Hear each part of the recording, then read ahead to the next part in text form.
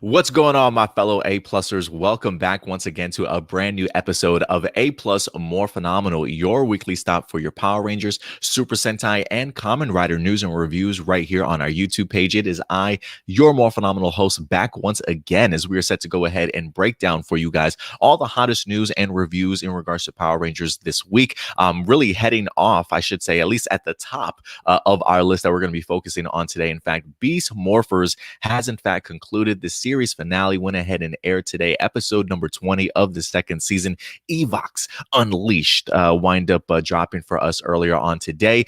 Some of us have already seen this earlier during the summer when it aired over in the UK. Some of us get an opportunity to see it for our very first time. And I got to say, man, a fantastic way to certainly go ahead and round out this season, to be quite honest with you. So we're definitely going to be getting into all of it today, along with some news. We got some great Simon Bennett interviews that wind up dropping this week from Den of Geek, along with Screen Rant. Simon Bennett was pretty busy this week, so we'll definitely talk a little bit about everything he had to say. We'll even do a little bit of a Beast Morphers Cast interview from comicbook.com, and of course give you guys a preview for what's coming next in regards to Boom Studios. But guys, this episode is really all about saying farewell to Beast Morphers, having some really great memories, talking about the season finale, talking about our thoughts about the season in general, and of course, always looking forward to the future. And that is, in fact, Power Rangers Dino Fury, ladies and gentlemen. So the future certainly looks bright. Certainly a lot of question marks in regards to the Power Ranger franchise.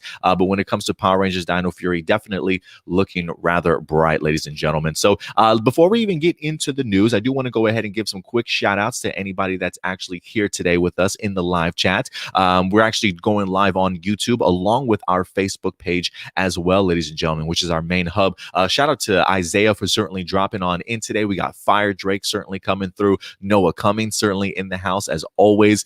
We got Matthew. What's up, Matthew? Good to see you in here. And what seems to be, I gotta think this is AJ, aka Bacon and Sushi, coming through with the Dino Knights Fight for Your Rights slogan as always. We got Power Rangers in your area as well. JB says, what? In the house too. We got Edward Sanchez Productions here along with Johnny Marrero. You guys are just jumping on in here today, man. I appreciate it. Doomsday's in the house. Ram Jam making his presence known also. Shadow Nova Productions is in here as well. We got Blossom, aka L'Oreal, coming through. Red is not a flavor, but it is my personal favorite color. So thank you very much for coming through, Red. And of course, Video DVD as well. So guys, listen, as people wind up coming through, in the live chat, certainly make them feel welcome, make them feel certainly part of the family. Yeah, guys, we're going to go ahead and start getting into it. Real quick thing of business, at the end of all of our shows, we like to get to your live viewer questions. So if you have any live viewer questions, whether that be in regards to Beast Morphers, Power Rangers in general, Zenkaiger, anything Super Sentai related, if you have a question, submit it over to make sure that it definitely gets answered and discussed on today's episode at aplusmorephenomenal@gmail.com. You can send your questions in anytime during the week, but if you definitely want to make sure that it is a topic that's discussed at the end of our episodes every Saturday, submit them into aplusmorephenomenal@gmail.com, ladies and gentlemen. And then just the last tidbit of business before we get into breaking this stuff down, because we got to pay the bills around here, man. First and foremost, for those of you who don't know, we do have ourselves a Patreon account now officially up and ready to go. If you guys love our channel, if you love our content and want to continue to support us so we can continue to provide you with early access and exclusive content, there is a Patreon account up. Go ahead and check it out at patreon.com/aplusopinions. We do have several different tiers that you can certainly help out if you want to benefit in any way to helping this particular channel grow. And just to kind of give you guys an idea of what we do have over there right now, this past week we unleashed our reaction videos for Zenkaiger. So Zenkaiger is available as early access. I think you get at least up to a month of reaction videos before the public actually gets to see them. So episodes 1 and episodes 2 are currently on our Patreon account. And of course, we are doing early access to Mighty Morphin and Power Ranger comic books from Boom Studios. While that is available every Wednesday, whenever there's a brand new comic book drop, it won't be available to the public at least until Sunday after we've gone live with our live episode of A Plus More Phenomenal. So early access to comic books early access also to reaction videos, and if anything, we'll probably start adding more exclusives and things like that as we go along. So guys, definitely go ahead and show your support for this channel if you love what you've seen and you want to see us continue to grow, guys. Any support certainly is definitely appreciated. But other than that, ladies and gentlemen, now is the time to go ahead and talk about what for some of us, a tear-jerker of an episode. Sometimes it's just really hard. What is it that Boyce and Man used to say?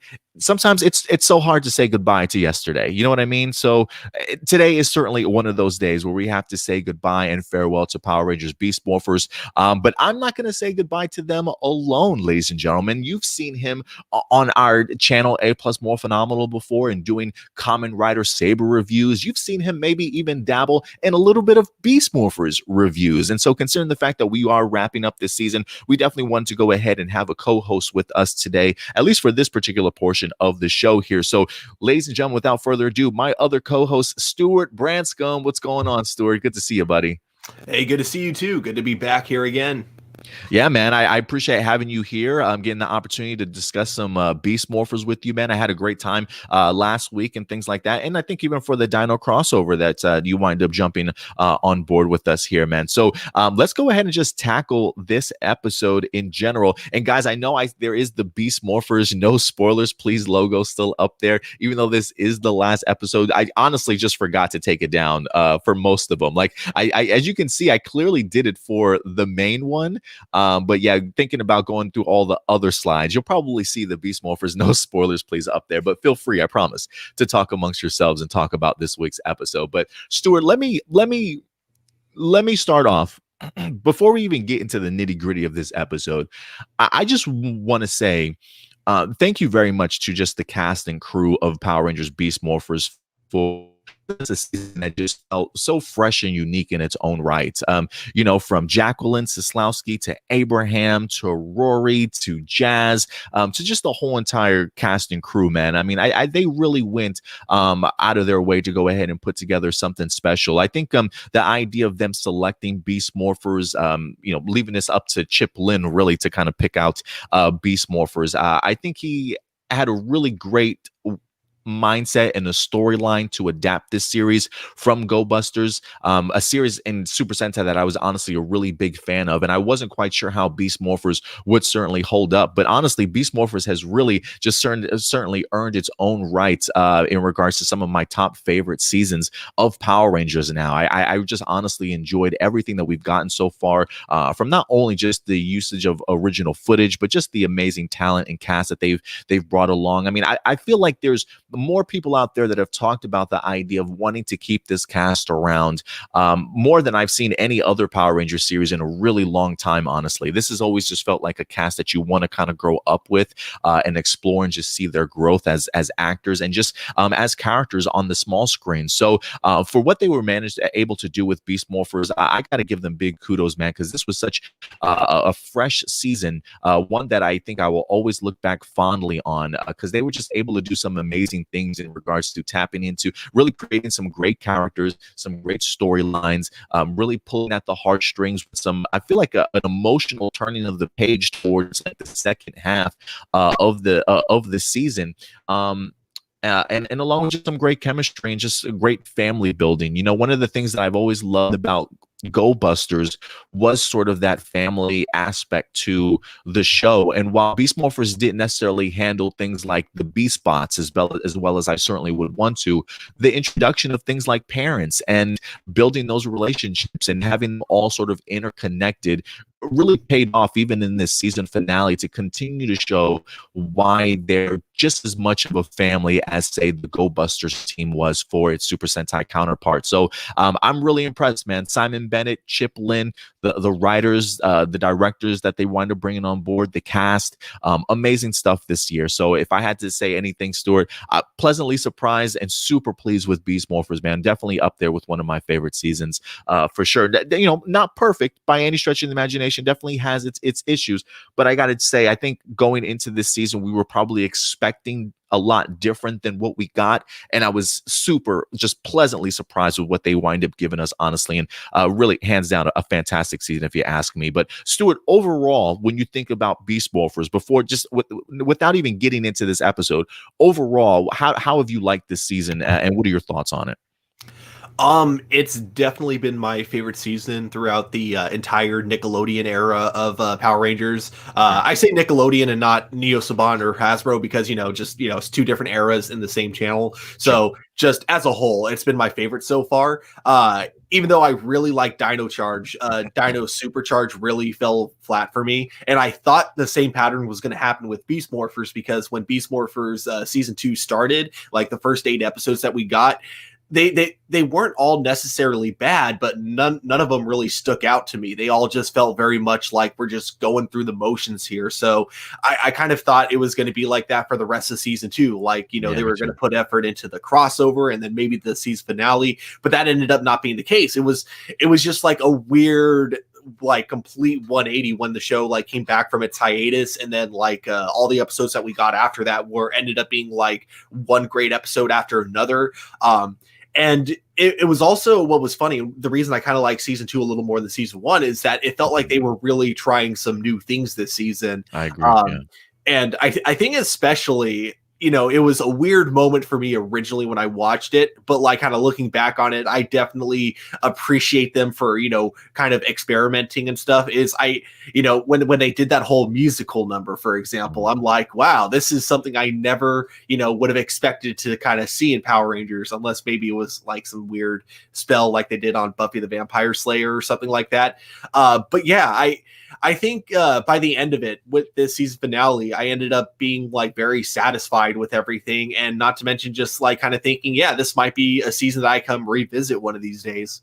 Yeah, I actually probably once it actually all becomes available on Netflix, this definitely is going to be a season I'm going to rewatch. I just had a really fun time with it, and I agree with you. Like for me, when I think of season 1 of Beast Morphers, definitely the idea of establishing your characters. I think they did a really fantastic job of doing that, really giving Ravi a lot of focus. The Mayor Daniels and Devin stuff I thought was great. Getting to see Zoe as that person that tries to solve big problems and the blossoming of the relationship between her and Nate. Just a really great sort of laying the groundwork for all these characters. And so when we do get into season 2, you can clearly see they definitely are having a lot more fun, pushing the envelope, experimenting with some things. And I think that's exactly how you should certainly approach a season, not really being scared, especially on its second season, to try and achieve other things that that you really want to for your series. And I think Simon Bennett and the whole entire crew just really did that when it comes to Beast Morpher. So I agree. I think overall just a really solid season, one that I definitely enjoy and certainly will go ahead and revisit at some particular point in time. So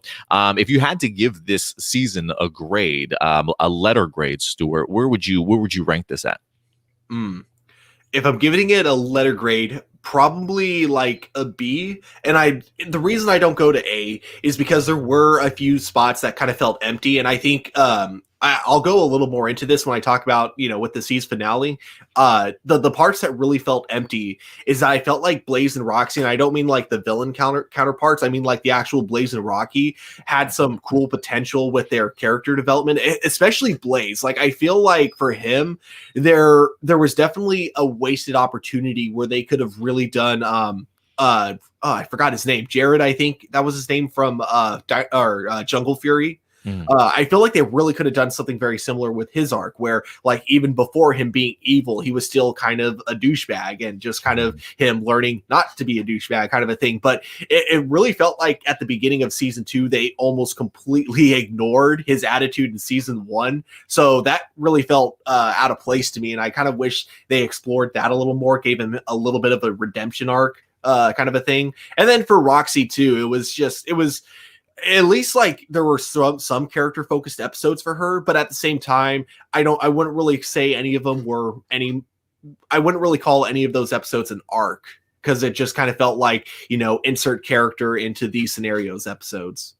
If I had to give it a grade, I probably would be right there with you, man. I probably would give it a solid B. I don't even know if I would go B minus or B plus, because there definitely were some things that I wish were handled a little bit better. But overall, the fact that I had so much fun with this, not only with the cast, but even the musical episode, which to me, I still think is one of the best, most iconic moments in Power Rangers in a really long time. I mean, for me, that episode in general, at least for me, is definitely the best episode within this sort of Nickelodeon era that we've wind up having so far. So I've really been impressed. So it definitely has heightened my enjoyment for this season. So I'll definitely go ahead and check it out again. But if I had to go ahead and give it an overall grade, I'm right there with you, Stuart. I think B is a pretty solid grade, honestly. Especially considering some of the seasons that we have gotten. I'm pretty sure I would probably laugh going back trying to grade some of the past Power Rangers seasons that we had for Nickelodeon. So I think a B is rather good for Beast Morphers, to be perfectly honest with you. But let's go ahead and actually get into this episode, Stuart, because this is always the idea of rounding up 2 seasons worth of information you've wind up dropping out for us. And I got to say, I honestly thought that this was such an emotional episode and just so well handled.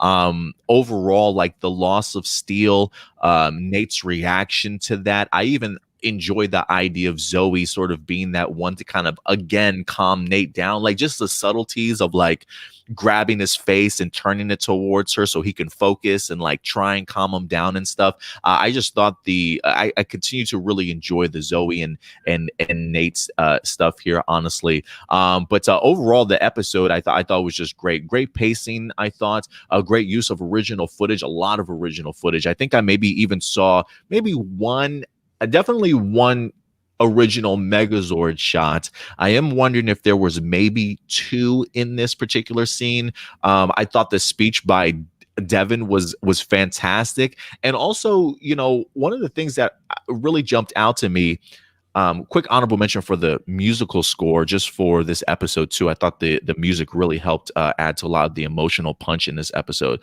But it just continues to show me that this team has just an amazing resolve about themselves. I love the idea that this season still stuck true to having sort of that family element that Go Busters did such a fantastic job at. And of course, the little epilogue that we wind up having here also, though, the 1 year later, if you will, to kind of see where our Rangers kind of went in their lives after the downfall of Evox, I thought was pretty smart also. I honestly had a blast with this episode. What are some of the things that stood out to you, those, Stuart?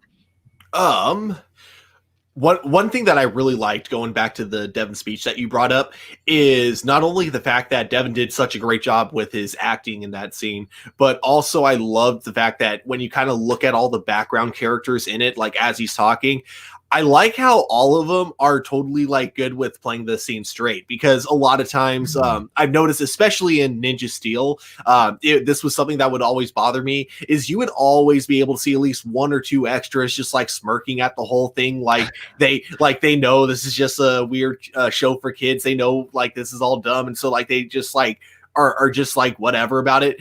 But like watching Beast Morphers, it was cool. Like, it was a cool fresh change of pace, or I don't even know what term to use for that. But anyways, it was just really refreshing to see like all the background characters actually, despite having no lines, taking it very seriously and being, able to like have that like subtle worry face look on their face without like, going over exaggerating with it or anything like that. It was a small detail, but I really enjoyed that with that whole like scene with Devin's speech, and it helped for the ending when all of Grid Battle Force wanted to stick around at the end. It just had it gave it much more of a bigger impact, I think. Oh no, it definitely did, for sure. I mean, the speech was definitely great, but I think the performances by all the extras and everybody else at part of Grid Battle Force, stepping up and assisting the Power Rangers and not wanting to evacuate and sticking around, definitely gave me goosebumps to see just Grid Battle Force just in general sort of rallying around Devin and the Power Rangers to go ahead and kind of go down with the sinking ship, if you will, right? Like, we're all going to be sticking here together with you regardless. So I thought that was just some really powerful stuff. And so to kind of go from that Devin speech to his epilogue of seeing him as like the new commander, it's almost seemed quite fitting. It's pretty incredible just seeing Devin's journey, though, if you think about it, from I guess that would be what, 2 years, 3 years, going from a kid who was just a big video gamer who just wanted to do that for the rest of his life to now being in the main chair as the commander of Grid Battle Force. Pretty fitting. And I think just him showcasing his leadership towards the end of, and I don't even think it was the idea of him trying to rally the troops. I think it was more or less Devin just trying to save as many people as he can, like every true leader should, right? Like, you guys should evacuate. But just considering, I guess, maybe his leadership and what the Power Rangers have done for everybody, I love the idea of seeing Grid Battle Force sticking around again, just building that idea of family and bond. And even for some people that I didn't even care about, like Ben and Betty, I love the fact that they were the first people to like stand up and be like, yeah, we're here with you, type of thing. I was thinking, I don't know what you guys are gonna do, but okay, if you want to stick around and help, feel free to. But they certainly came through, and I definitely enjoyed just that whole entire scene overall. Another scene that I really enjoyed, just to start off from the beginning, is the evacuation of the city, seeing that the Rangers are ready for battle, so that they actually address the city. They actually have the news crew come in and give a public, like a public address, if you will. So I love the fact that Grid Battle Force is just open and talks to the public and keeps them informed like that. I don't know if we've ever seen sort of an emergency broadcast from Grid Battle Force to the rest of the city or not before in the season. But I love the way that it wind up beginning this episode, and specifically because of the fact that we get a moment between Zoe and her mom together. I think Zoe's mom is probably, outside of Mayor Daniels, have been one of the great additions to this show in allowing us to have that great development with their parents all season long. And so the fact that they were able to utilize parents this year, I thought was a great dynamic to the show. And I just really love that sweet moment between Zoe and mom, referring to her as the woman that, the girl that continues to solve big problems. And I think it just kind of comes full circle for her, for everything that Zoe's been through, from starting down at the laundry to being able to finally reveal herself, that she made it, you know what I mean, to her mom, and her mom be so proud of her. I thought that was a really great moment that I think is underutilized a lot in Power Rangers, because we don't really have those parents really focused on, unlike what we've had here in Beast Morphers. What did you think about that scene, though?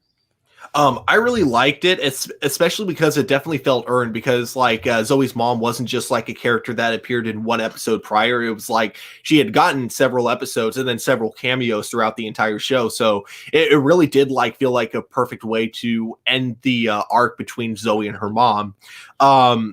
Going back one more time to the Devin speech at the end, I do have one kind of issue with it, and it might just be because this was all done in one episode, and when it maybe should have been slightly longer, I guess.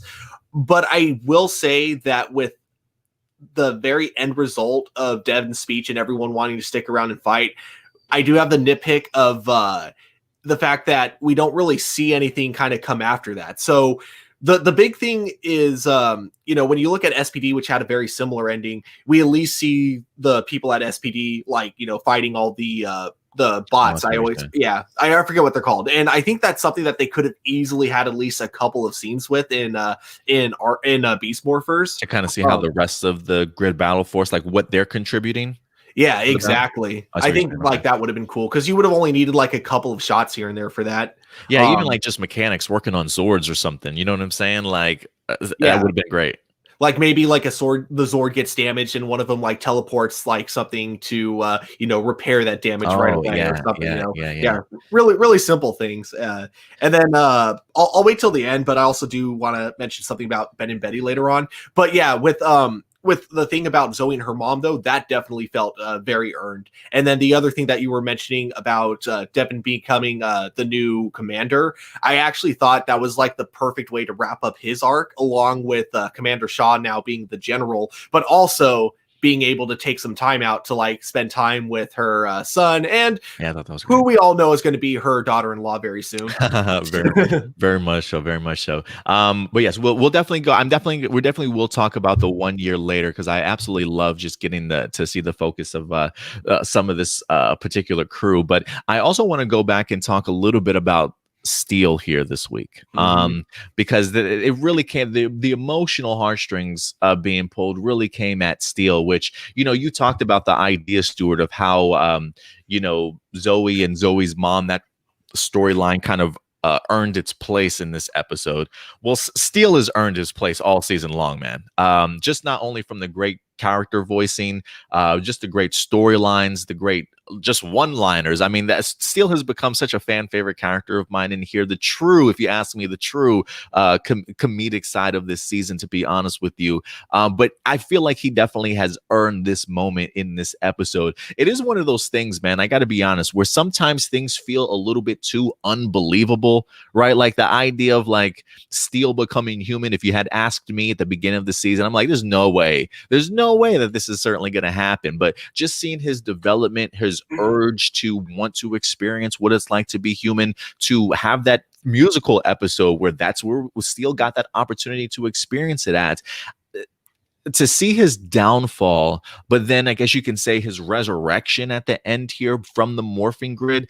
You know, the morphing grid just works in mysterious ways, Stuart. Like I've just come to accept, like, I don't need answers to everything. I'm sure that there are some people that want to know, how is this possible? How did this kind of all happen? But for me, I don't necessarily need explanation. Not everything, I think, needs to be explained, especially when it comes to something like the morphing grid. So to see Steel take the antivirus arrow headstrong into a one-on-one battle with Evox, not knowing his outcome and sacrificing himself in order to try and help the team out by, you know, slamming that arrow in his back, we do see the heartbreaking sacrifice. But I thought it was great to see him becoming one with the morphing grid. I thought it was just a really well handled scene, honestly. Like, that scene could just be as goofy as possible if they wanted to, but whoever the director of this episode was, I'm assuming maybe, if anything, it was Simon Bennett, but able to capture all the emotions, having that final moment with Steel, having Steel just with their outreach and saying farewell to everybody. I mean, goodness, talk about just pulling at my heart. And then, of course, the emotional reaction from Abraham and the rest of the team. I even love Jazz's, you know, we're going to get you back for what you did to Steel, or whatever the case may be. I even love that little line that he wind up giving. I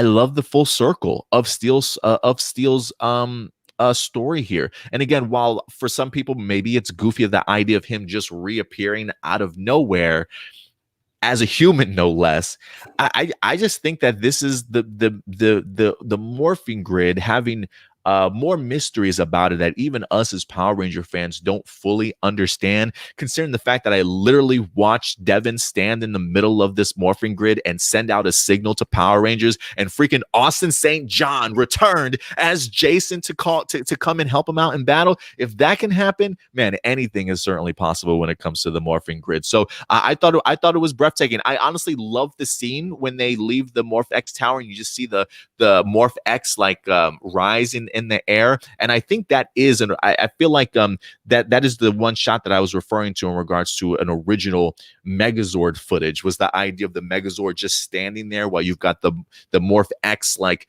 you know, energy kind of fluctuating in the air and stuff. I just thought it was a really beautiful looking scene, and just a really well earned scene for Steel as well. But Stuart, let me throw this to you, because maybe you didn't care for that scene as much as I certainly did. Do you have questions, sir? Are you okay with how they executed it? I wish the Megazord wasn't in the shot, because anytime there's American footage of a Megazord, like using you didn't like graphics, it looks, I didn't think it lookn't good. I think because of the fact that it was standing still, I didn't mind it so much. I think if it was in movement, I definitely would have had some complaints, but it's just standing there. I didn't have a problem with it, but you can clearly tell the special effects difference for sure. Yeah. But with that being said, I did love the look of the Morph X kind of turning into the weird glowy green stuff and then just, you know, kind of floating away. That I actually didn't mind at all. I actually thought that looked really cool. And I really loved seeing Steel return as a human. Definitely felt exactly like where they were going with his character, especially with I like how in season 1, every time Steel brought up the idea of like human-like features, it was always brought up as a joke. But then like season 2, he kind kind of brings it up a little more and more at a time. Yeah. And it's less as a joke over time. It slowly kind of becomes more and more serious. Like you realize, no, he really does want to be human.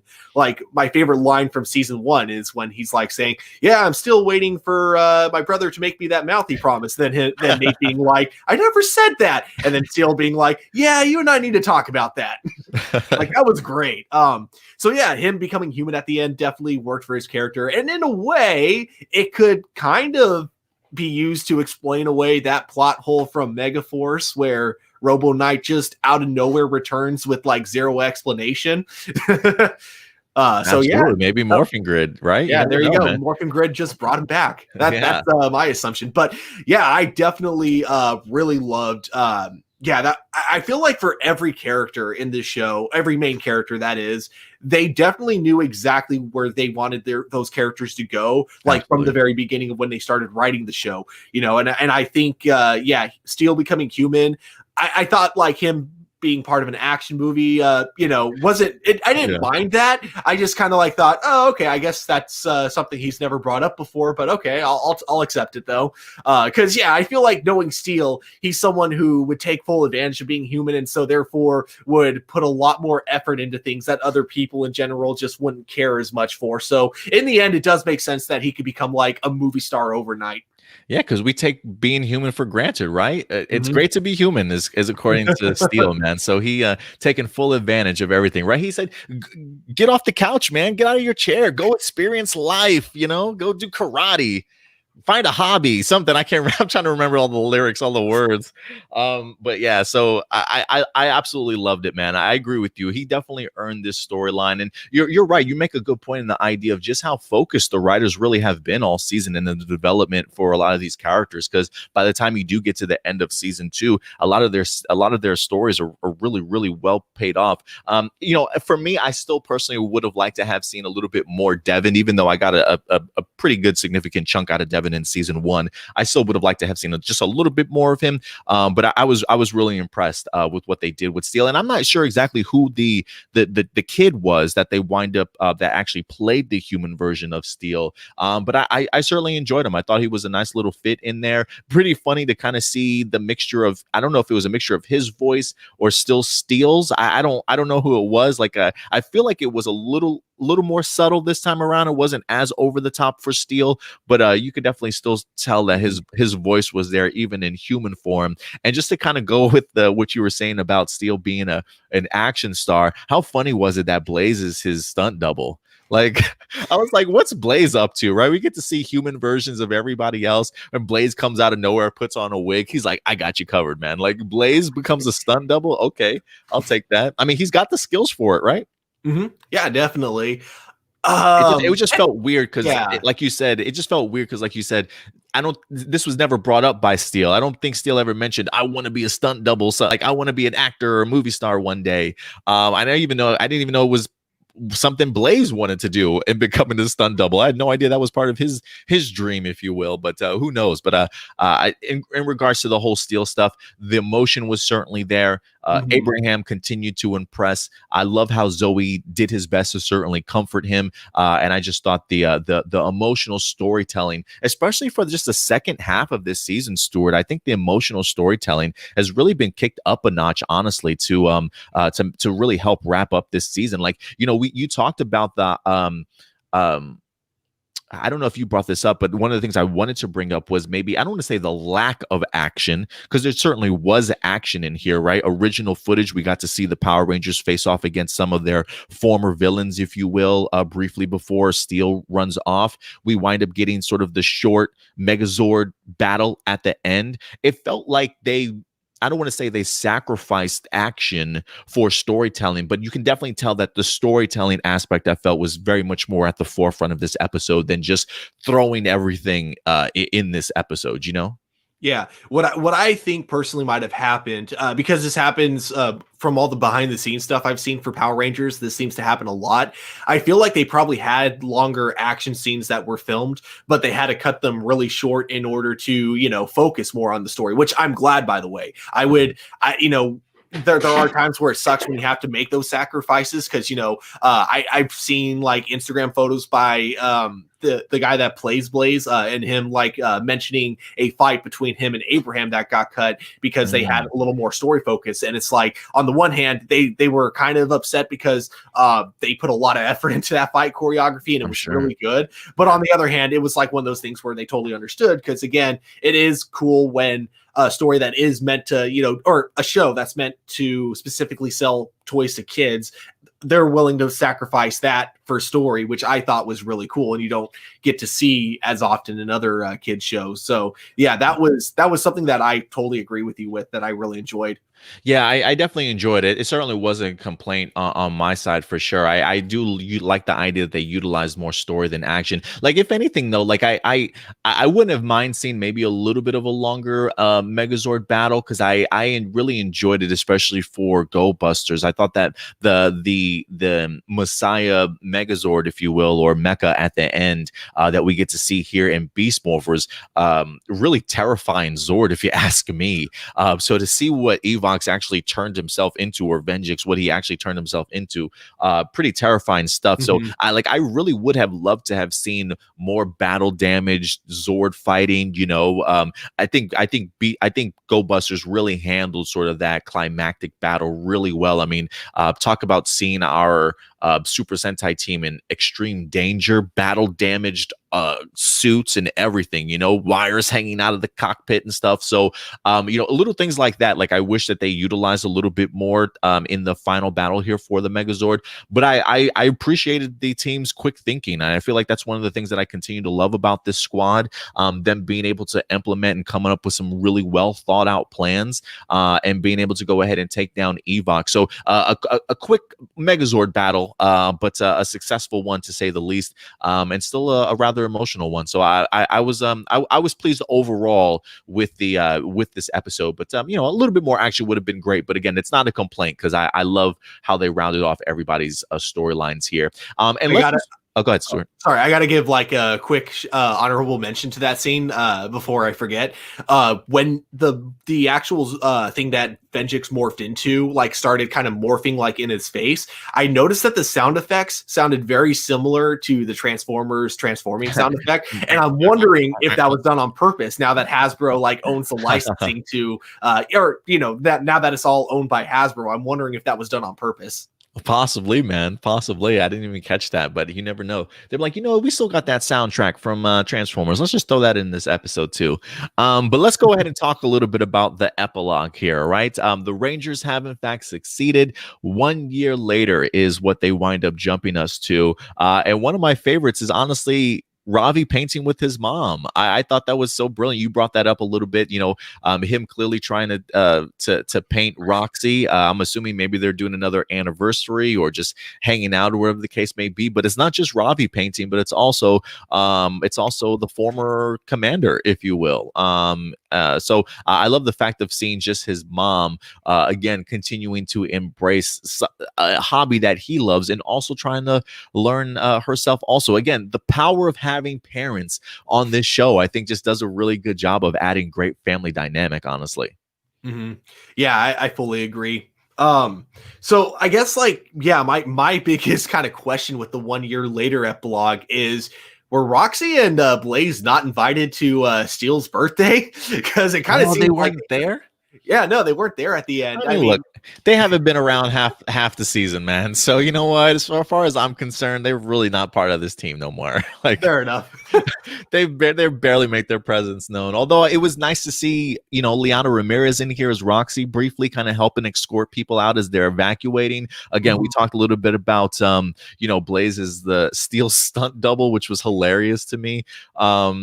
And of course, listen, you know, if you guys thought when it comes to RPM that Dr. K was going to be the only cameo, you were wrong. You know, one of the things that we talked about was like, man, I remember a long time ago, remember that rumor about Colonel Truman supposed to be in this season? Homeboy's just not even going to be in it. Like, where's this guy at? We're going on to episode 20. When are they going to pull the trigger on Colonel Truman? They literally waited till like the last 5 minutes of the season for his cameo. But it was one that I loved. I really loved, because not only do we get the opportunity to see Devin as commander, but we see that Scrozzle, even after the downfall of Evox, was still out there an entire year later, to where Colonel Truman found him in Corinth City and brought him over. I thought that was so cool that Scrozzle still managed to escape before getting captured by Colonel Truman. So what did you think about yet another cameo in here? I loved his brief interaction with Devin, honestly.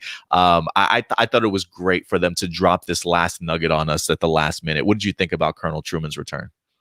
Fully agree. I did not expect it at all, mostly because I had heard the same rumor that he was supposed to be in it. But what I assumed was going on is that the actor was returning, and he's been in like every single season of Power Rangers playing a different character. So that's kind of what I thought was going to happen. He was going to show up, have a cameo as maybe just some random person, but like not related to any of the other seasons. So I'm so happy I was wrong. Like seeing him as Truman coming back, and then that brief interaction with Devin was really cool as well. Cool. And yeah, Devin being commander, I think that was like the perfect end for his arc, especially because it meant that we get to see Shaw now becoming the new general, which she should have been from the beginning because Burke was not a good at his job at all.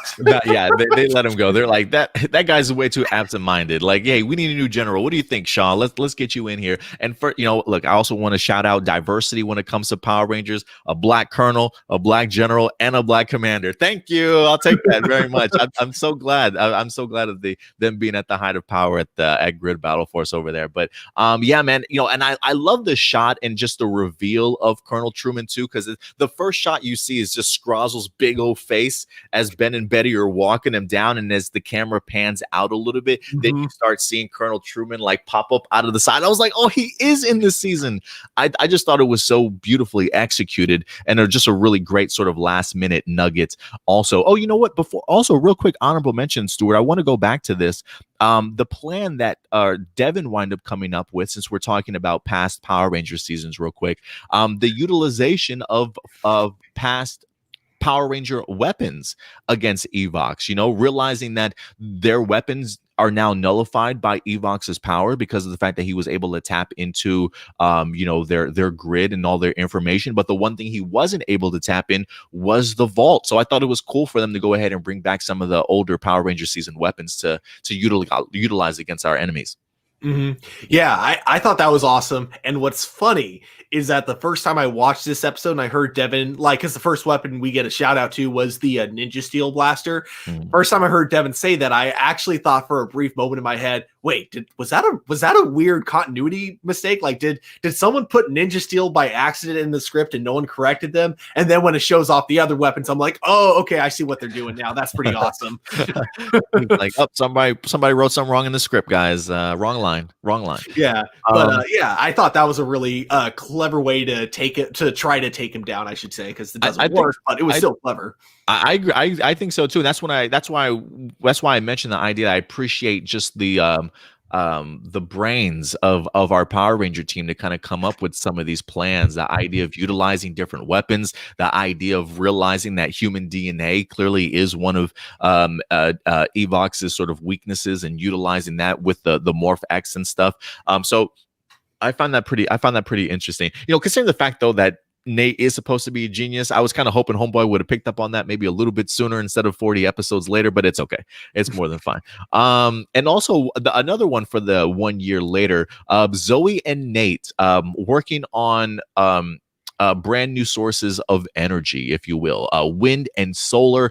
Seems that maybe all the Morph X did in fact return to the morphing grid after all. And even if it didn't, Stuart, the fact of just having all this Morph X around clearly brings trouble and clearly brings misfits, right? So who knows? Maybe they decided, you know what? Maybe there's another way about going about this reusable energy instead of Morph X. But I definitely do think if I had to assume, I think it's probably because of after the battle, or all the Morph X does go back to the grid, and so they have to figure out new ways of reusable energy, and maybe that's why they decide to go to solar and wind. But what do you think? Do you think it's because of the end battle, or do you think maybe Mayor Daniels has realized, like he said in the beginning of season 1, that I think somebody warned him, right? Didn't the commander warn him about activating all these Morph X towers, that somebody always comes for them, sort of thing? So do you think it was the result of Evox being defeated, or do you think Mayor Daniels having a change of heart and trying to keep Coral Harbor safer?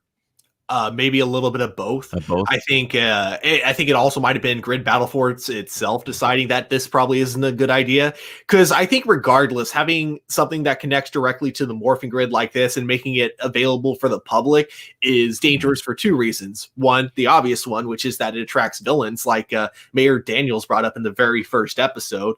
And then two, even if it doesn't, even if it's only used for good, you have that issue of what if people rely too heavily on it, and then like when it's gone, they suddenly don't know what to do with their lives without it. You don't want to get people like too reliant on it. And that's what I think kind of the main thing at the very end is that we gotta look more realistically at like some actual alternative ways to like save resource and energy rather than just relying solely on this sci-fi-esque morphing energy that like very few people know how to harness, and so many villains are trying to go after.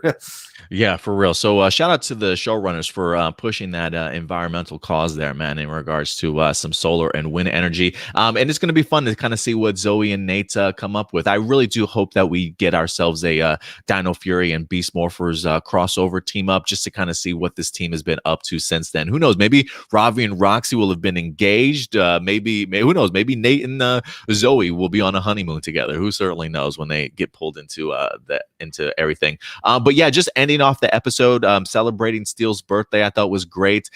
Getting to see everybody dance to a fantastic song, and it's great to be human once again. And just really seeing everybody go out on just a fun note. I loved it, Stuart. I thought this was a really solid conclusion to the season. Honestly, I think that they've done a really great job this second half of the season, specifically building up to this finale. From just the Power Ranger vault to even Captain freaking Chaku, to Austin St. John, and then putting all the pieces together with Venjix and Evox. I thought it was really well handled. If there was anything that was probably could have handled better, it's probably anything related to Roxy and Blaze, as far as the second half of the season goes, whether that be like the final battles of their robo versions of themselves, whether it be the underutilization of the human side of things, even though they do make some brief cameos.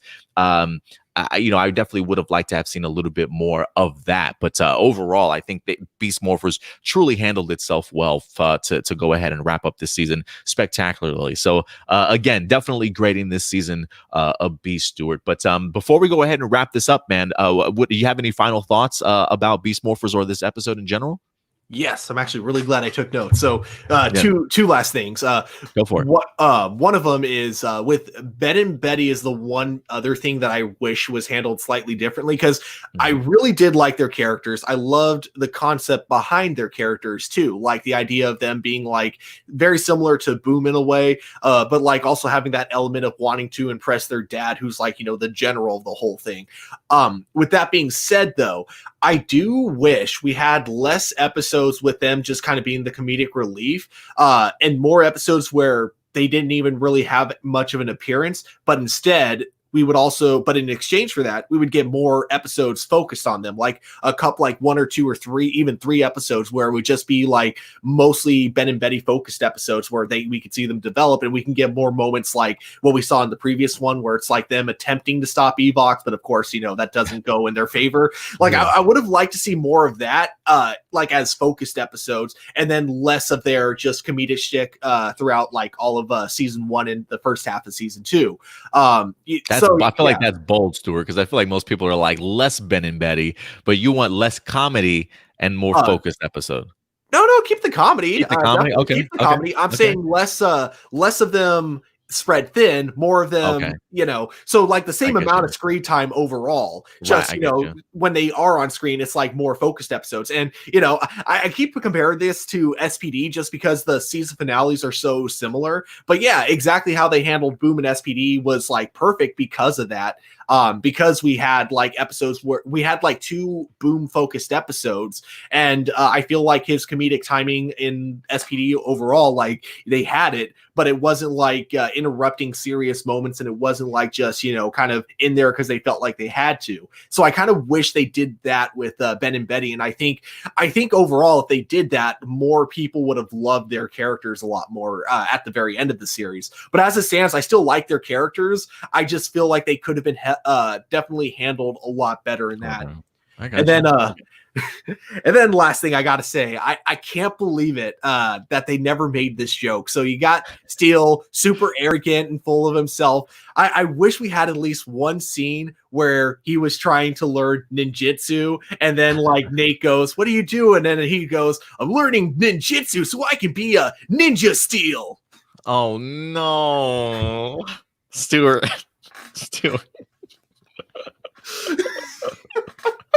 Yo, why didn't they use that? I don't feel know. like we've had so many other jokes from Ben and Betty, and still like, yo, that was perfect, Stuart. Thank Would you have for been that. perfect for his character.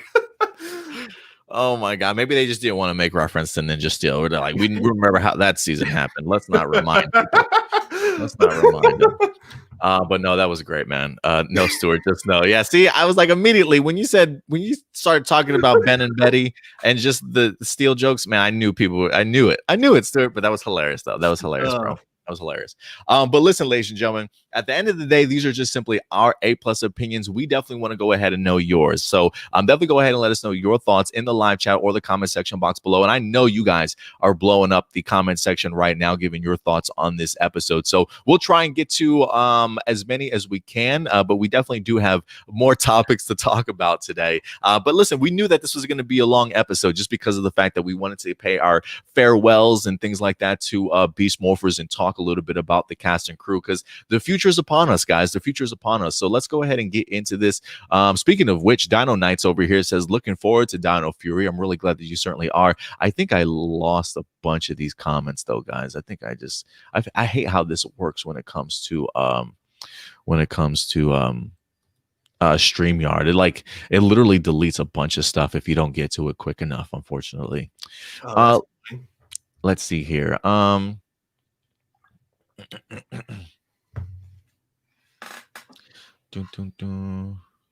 Doomsday says everybody evacuating Coral Harbor gave him the Avengers 2012 vibes. I'm assuming that's probably maybe evacuating New York City, maybe. Yeah, when they had like the cops evacuating all the civilians, so that way they can minimize the damage and casualties. Good point. So Rob says, I hope that Dino Fury refines the romance in the show, if there is one. I didn't mind how they utilized the romance in this season. Honestly, it didn't feel as awkward as some of the past seasons. Honestly, although the Ravi and Roxy stuff, I thought I would have liked to have seen a little bit more of those two. To be honest with you, though. Mm-hmm. Can we finally get a Power Ranger couple that can like kiss again? Because like I keep hearing people saying, "Oh, Nickelodeon won't let them do that," and I find that hard to believe because the show Drake and Josh had people making out in that show like all the time. So I find it hard to believe Nickelodeon's the one stopping them from doing that. Oh, interesting point.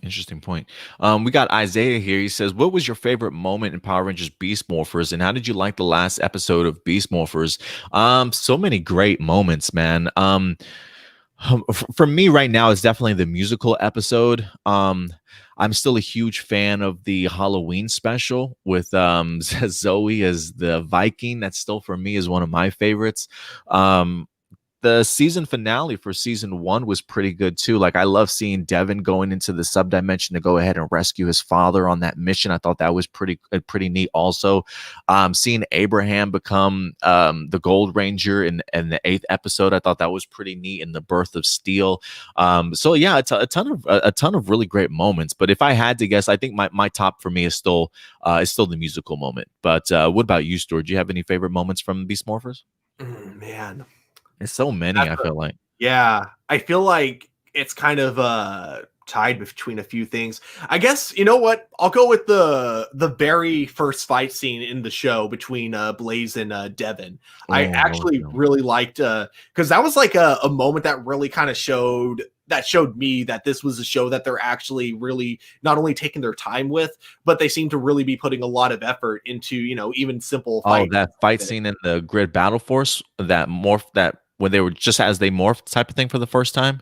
Oh, well, that too. That one was also really good. But I'm talking about the very first fight scene between Blaze and Devin when they're at the gym. Like, so not evil Blaze, but just regular Blaze. I get you. They like started the episode off right off the bat with a really cool fight scene. So yeah. I got you. I got you. And then he says, and how did you like the last episode? I was really pleasantly pleased, man. I just thought it was a great emotional episode, great fun, and just I don't want to say lighthearted, but to be able to see where hopeful is probably a good word to use, especially after seeing the 1 year later and where the rest of the team went and things like that. I thought it was a great episode overall.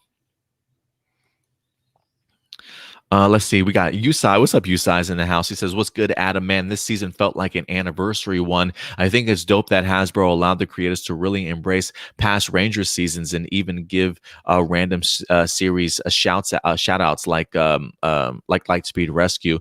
Yeah, it definitely did. Especially when the first season, not so much. The first season definitely felt like it was his own thing, I feel like, but definitely as you get into season 2 and you start seeing really how their storyline is starting to play out, then yeah, it definitely feels like half of an anniversary season for sure. At least the second season definitely felt like it with all the nods to the past, but I thought it was great, honestly, in regards to giving past fans a little bit of what they want. I mean, I think we get so used to this show being for kids these days, and sometimes really hoping that the creators are paying attention to some of the past seasons, and whether it be cameos or team ups and things like that. So I'm really impressed that they actually paid attention to the fans a little bit, and while they know who their core group and audience certainly is, that they still managed to throw some things in there for their older audiences to certainly enjoy. So for me, that just tells me that Hasbro is paying attention and certainly doing their best. So what did you think, Stuart?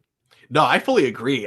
In fact, one thought that I had kind of recently, yesterday, I want to say, is that it felt like this season was kind of meant to be like come out like the year that Ninja Steel was it felt like this season was meant to come out throughout the runtime of Ninja Steel, because this did, like, the first season didn't feel like much of an anniversary, which if you look at Ninja Steel, that wasn't an anniversary season. Season 2 was, and that's where Beast Morphers 2, if it came out at around the time that Ninja Steel did, that's when that would have happened. So yeah, I almost kind of wonder if this was the original idea they had for after Dino Charge, but then they decided to not go back, but instead go forward with Ninja Steel for some reason, because it felt like a lot of elements in season 2 definitely felt very anniversary-esque. Not just them mentioning other Rangers, but like the fact that they're using the continuity of other Rangers into their individual episodes. Yeah, definitely felt like something straight from like an anniversary season. Yeah, I'm going to give props to that to Chip Lynn. I just and one of the interviews that we'll highlight here from Simon Bennett a little bit later from Screen Rant, I believe, talks a little bit about how Chip Lynn really had the idea for Beast Morphers a couple of years ago before actually pulling the trigger, sort of thing. So because people were wondering why Power Rangers went backwards in regards to Super Sentai. And I believe Simon mentions the idea that Chip Lynn had this idea for a while, but kind of put it in a drawer, and then a couple of years later wind up dusting it off and revisiting it, sort of thing. So Chip Lynn clearly was a big fan of just Go Busters in general and wanting to kind of adapt it. So I think he probably spent a lot of his time maybe trying to really write for this series and kind of put all these pieces together from past seasons and things like that. So yeah, definitely give big props to Chip Lynn for that. Video DVD also says Simon Bennett directed the episode, which shouldn't come as a surprise. I feel like he's been tackling a lot of the bigger episodes for sure. Matthew does have an interesting comment here, and I want to get your take on it. He says Steel's sacrifice was possibly as great as Kendricks's in Lost Galaxy. I'm not necessarily on board with that. I mean, don't get me wrong. Steel's sacrifice certainly pulled at my heartstrings in this episode, but I feel like maybe Kendricks's just had maybe a bigger impact, I don't know. I just think that they feel vastly different to me, though. But maybe that's just me. What about you, Stuart? Do you find any common ground in there? Man, I'd say they're too different to fully compare, but I would slightly give it to Kendricks a little more, because with Steele's, I think everyone knew the moment he went in there, oh man, he's not coming out until he gets resurrected at the end of the episode. But with Kendricks, I don't think anyone expected her death right there. I didn't at all. Yeah. It was like the most, and for me personally, so Lost Galaxy was the first Power Ranger show that I actually watched as it was coming out. Like, so as new episodes were coming out, I was like keeping up with it. So for me as a kid watching that, I was just kind of like shocked, like, no, that didn't actually happen. They can't die. They're the good guys. So Yeah. I might be a little biased when I say, it's really good. Don't get me wrong. I really loved Steel's sacrifice, and I loved what the payoff was at the very end. Yeah, But me I too. think with Kendrick's happening in the middle of the show and not at the very end, it had a bigger impact because of how we didn't see it coming. And then it just made it so her resurrection at the very end for her cameo was just like really like was a real nice tear jerking moment. And then again, not to take anything away from you, Matthew, because even you say Steel's sacrifice was pretty much perfect for me, and that's all that matters. It just really depends on how that particular moment hits you as a viewer. And so, if you put it comparable to each other, Matthew, hey, more power to you, man. But I'm glad that Steel's sacrifice wound up hitting you as hard, and I think it was certainly meant to be that way. I think they really did a great job with just the emotional aspect of that scene. Like for me, getting to see Nate's ugly cry face, when Steel has to say farewell, like that type of stuff is always heart-wrenching to see, to say the least. So impactful, Matthew, for sure. I definitely agree with you there, man. Dude, I think Abraham Rodriguez has a really good career headed for him because he I'm was telling amazing you. this season. I'm telling you, man. Like I've been shouting this guy's praises for such a long time. I've been so pleased with what he's been able to do. Again, he got robbed not winning the Kids Choice Awards for Nickelodeon. Not that that's going to propel his career or anything, but I'm just like, somebody else is better than this kid, like on this list. So, yeah, man. Anything that I've seen him in so far in Beast Morphers, he's impressed, and I'm probably gonna go ahead and keep a lookout for him in the Saved by the Bell series also. So we'll see what happens there. But yeah, I agree with you. Mm. Let's see here. Matthew says the idea of the Morph X returning to the morphing grid was just simply beautiful for me. Yeah, I agree. I thought that was a breathtaking shot. Honestly, I thought really well handled. Yeah, definitely. The little particles going back to the sky, I thought it looked Yeah, I really thought that cool. was neat. Shout out to Steel. Hashtag feels great to be human. Definitely does, Doomsday. Definitely does. I might go and play that song today. Maybe I'll pull that up on YouTube and see it. Maybe I'm just gonna add that to my playlist. Every once in a while. Oh man, that'd be funny. Like you're going on a road trip with someone who's never seen Power Rangers. That song comes up. I'd love to like just hear someone else's reaction, like having no context of where it came from. Let's see here. Fire Drake says Steel should remain a robot. Stupid Pinocchio bullscat. I kind of like the idea of the Pinocchio storyline for Steel. Listen, and I can see some people feeling that way. Fire Drake. I honestly can. Like when when I watch this episode and I see Steel turning human, I was like, what? And part of me is just immediately like thinking, I know people are going to think that's dumb immediately. But for me, I honestly didn't mind it just because of the fact that they really have been building up to this moment sort of all season long. Like even when we saw the It's Great to Be Human episode, the idea of seeing Nate even continuing to promise Steel, like, I promise, brother, I'm gonna turn you human. I'm gonna turn you human. I figured at some particular point in time, Steel probably maybe would become human. I didn't necessarily think it was going to be in this season, though, right? Like, I just felt like, oh, maybe somewhere storyline wise down the road, maybe he will get his wish, but maybe us as a viewer certainly wouldn't see it. But the fact that they gave it to us, and they didn't necessarily even give it to us like Nate having to figure out how to do this, right? It's not like he's taken a dead person's body and is like, hey, we had this left over in the morgue, Steel, we're just going to use this, and then start putting pieces together and creating him. And like, I'm glad that they didn't go that route of like seeing Nate open up a body, turn it into Dr. Frankenstein and shit. Like, I'm glad it didn't get to that route. So if you were going to change Steel into a human, the fact that they utilized the morphing grid to do that, I thought was probably the best explanation that you could in at least giving Steel his dream come true. Because again, goodness, we've seen blue emissaries from the comic books when it comes to the morphing grid. I mean, we've seen just how vast and powerful this sort of morphing grid and just the idea of this the connection to the morphing grid certainly is. So again, the morphing grid works in mysterious ways. So who am I to tell the morphing grid it can't turn Steel into a human being? I'm not going to be that person to tell it that. So I didn't mind it. I kind of like the Pinocchio storyline. I just think Steele's done such a good job of carrying that story for himself that this was a very well earned payoff to me personally. Mm-hmm. Yeah, I fully agree. And like I said, I think they built it up enough throughout season 1 and 2, like starting very subtle, then like slowly, like it gets more and more loud about it. So I think because of that, I thought it made the like perfect sense for him to be human at the very end. Dino Knight also says, I did cringe for the actor of Human Steel. I was hoping it would be his Stephen Amell lookalike stunt actor. Steel should have been Nate's, I don't know, Rain. I'm assuming, I don't know what that means. Been Nate's Rain, but I guess Morphin Grid changed Steel's DNA.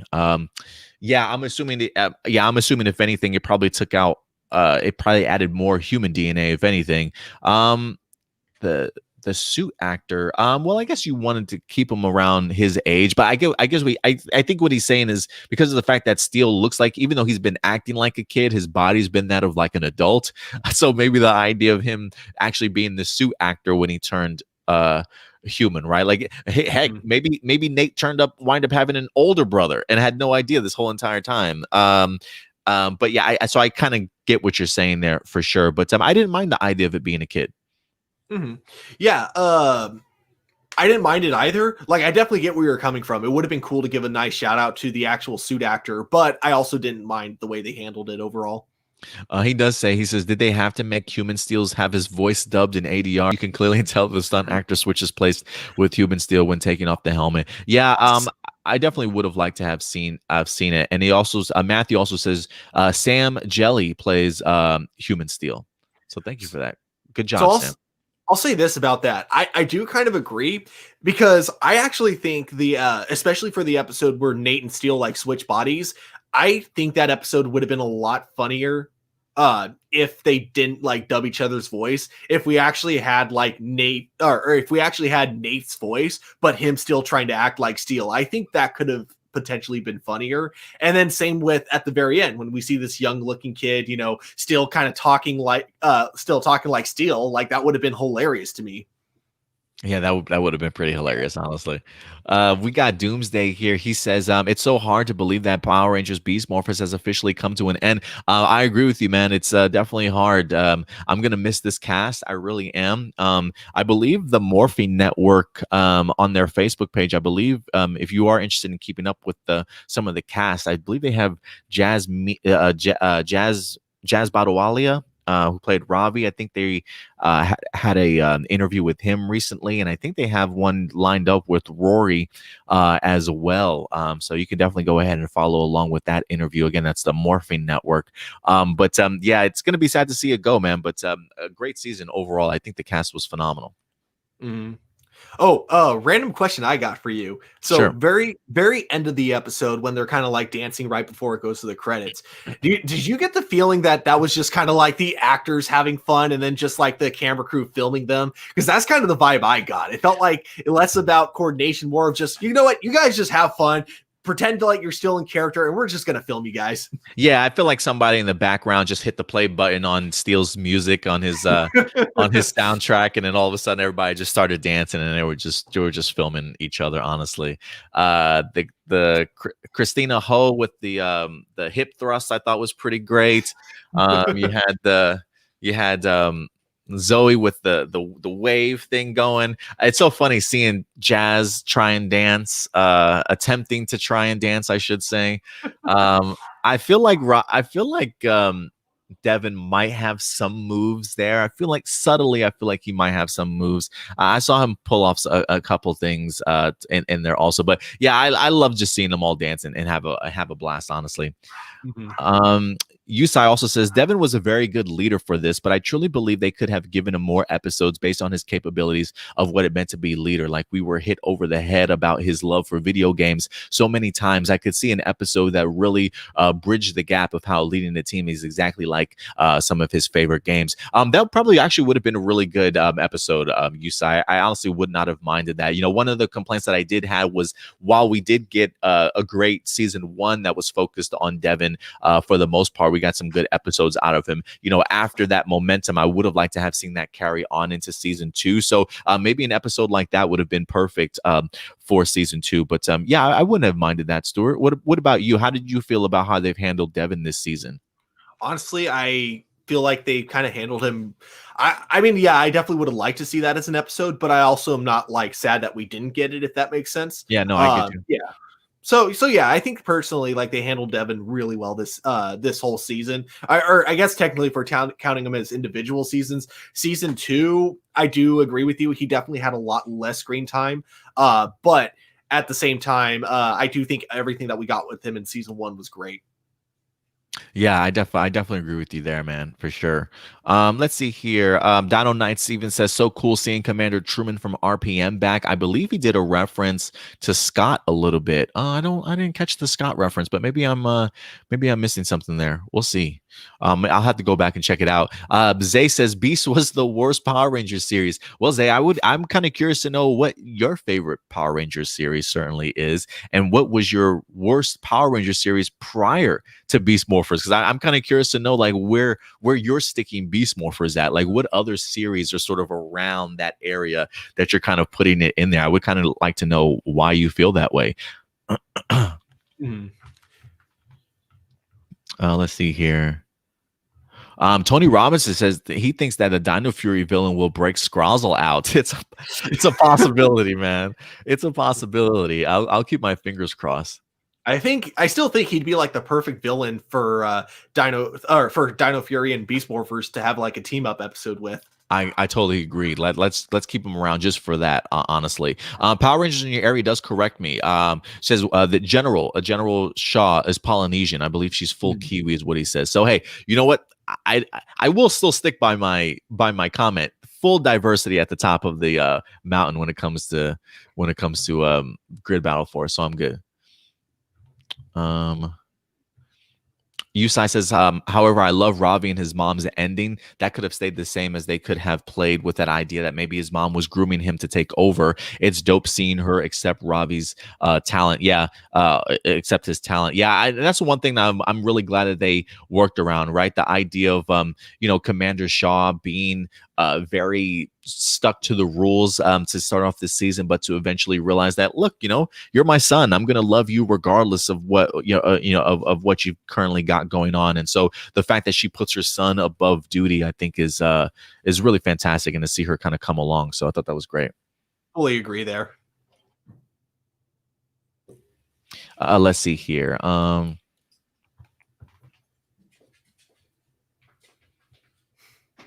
Okay, so Zay clarifies a little bit. They only had 5 Rangers, but he's a fan of 10, like Dino Charge. So he probably wants a Q Ranger to be adapted more than anybody at this point. Tune in next, hopefully Saturdays when I'll have it up. When I'll have my Q Ranger pitch video up. Oh, nice. That'll be great to watch, man. This one, yeah, it would have been really expensive to do something like this, but yeah, I would have loved an RPM crossover. Oh wait,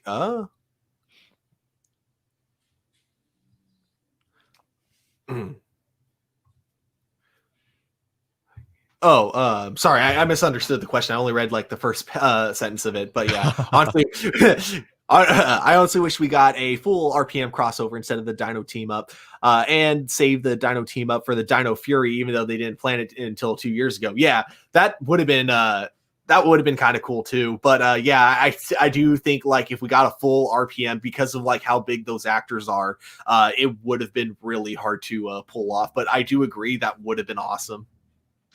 Yeah, I would love to have seen that. I still think we're going to get ourselves some crossovers. Just some clarification, and I did mention this. JB says, "What's his Mayor Daniels warned Commander Shaw about the past villains when we were talking about what was the reason as to why they went from Morph X to Solar and Wind type of thing, because we did bring up that warning. I'm pretty sure I said Mayor Daniels first and then corrected myself by saying Commander Shaw warned him, but it was Mayor Daniels that did the warning to Commander Shaw for that. So just backwards, just had it backwards. There was another one up here that I saw. Where did it go? Did I just lose it? Yeah, I'll have to find it again. I lost it. JB says, what says your boy Scrozzle is like that roach you can't kill. Yeah. You're absolutely right, man. I've said that a bunch of times. I'm so glad that he survived this season. Like, if there was anybody that was going to survive, like, and it's just funny because I think even before at the end of season 1, I honestly thought Scrozzle wasn't going to make it out of this season, but just considering some of the moves that he wind up making, I've definitely started becoming a fan of please survive this season, please make it through, and he definitely did. Just captured, not killed. So I'll take that. Oh yeah. And Dino Knight says Blaze is the only one whose family we haven't seen yet. Poor Blaze. He needs some support too, guys. All right. I think other than that, that's probably actually going to go ahead and wrap it up for us, because we've been talking Beast Morphers for like an hour and 15 minutes, and I still have other topics I got to get to today. Because we're also going to be going live later, Stuart. Also, we've got a show at 4:00 today on A+ Hero Report. We're going to be breaking down all the Marvel Phase 4 and beyond announcements that we wind up getting from the Disney Investor Day this past Thursday, if I'm not mistaken. So yeah, we're definitely going to be getting into all that. So other than that, guys, I think that'll wrap it up for our Beast Morphers talk. If anything, real quick shout out to 4K movie unboxing says, I love Beast Morphers. I'm watching season 1 on Netflix. I certainly hope you enjoy this season 4K, and hopefully when season 2 drops, it'll blow your mind as much as it certainly did mine. I also want to thank everybody for being so great in regards to the non-spoilers. Even before I put up this spoiler thing, even though I was spoiled on certain aspects, I think I was spoiled on the Vault, I was spoiled on Dr. K's return, and I was spoiled on Venjix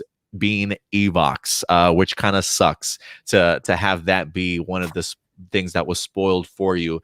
But it was literally like just out of context. I think somebody in our chat literally just said Venjix is Evox or Evox is Venjix or something like that, and I'm like, oh, and I quickly tried to delete it and take it off of the chat before anybody else could certainly see it. But at least up until that moment in time, ladies and gentlemen, thank you for everybody who paid attention at least, and certainly helped me out in getting through Beast Morphers without being more spoiled than I certainly already was. So thank you very much for everybody just being a part of doing the right thing. So thank you very much for that.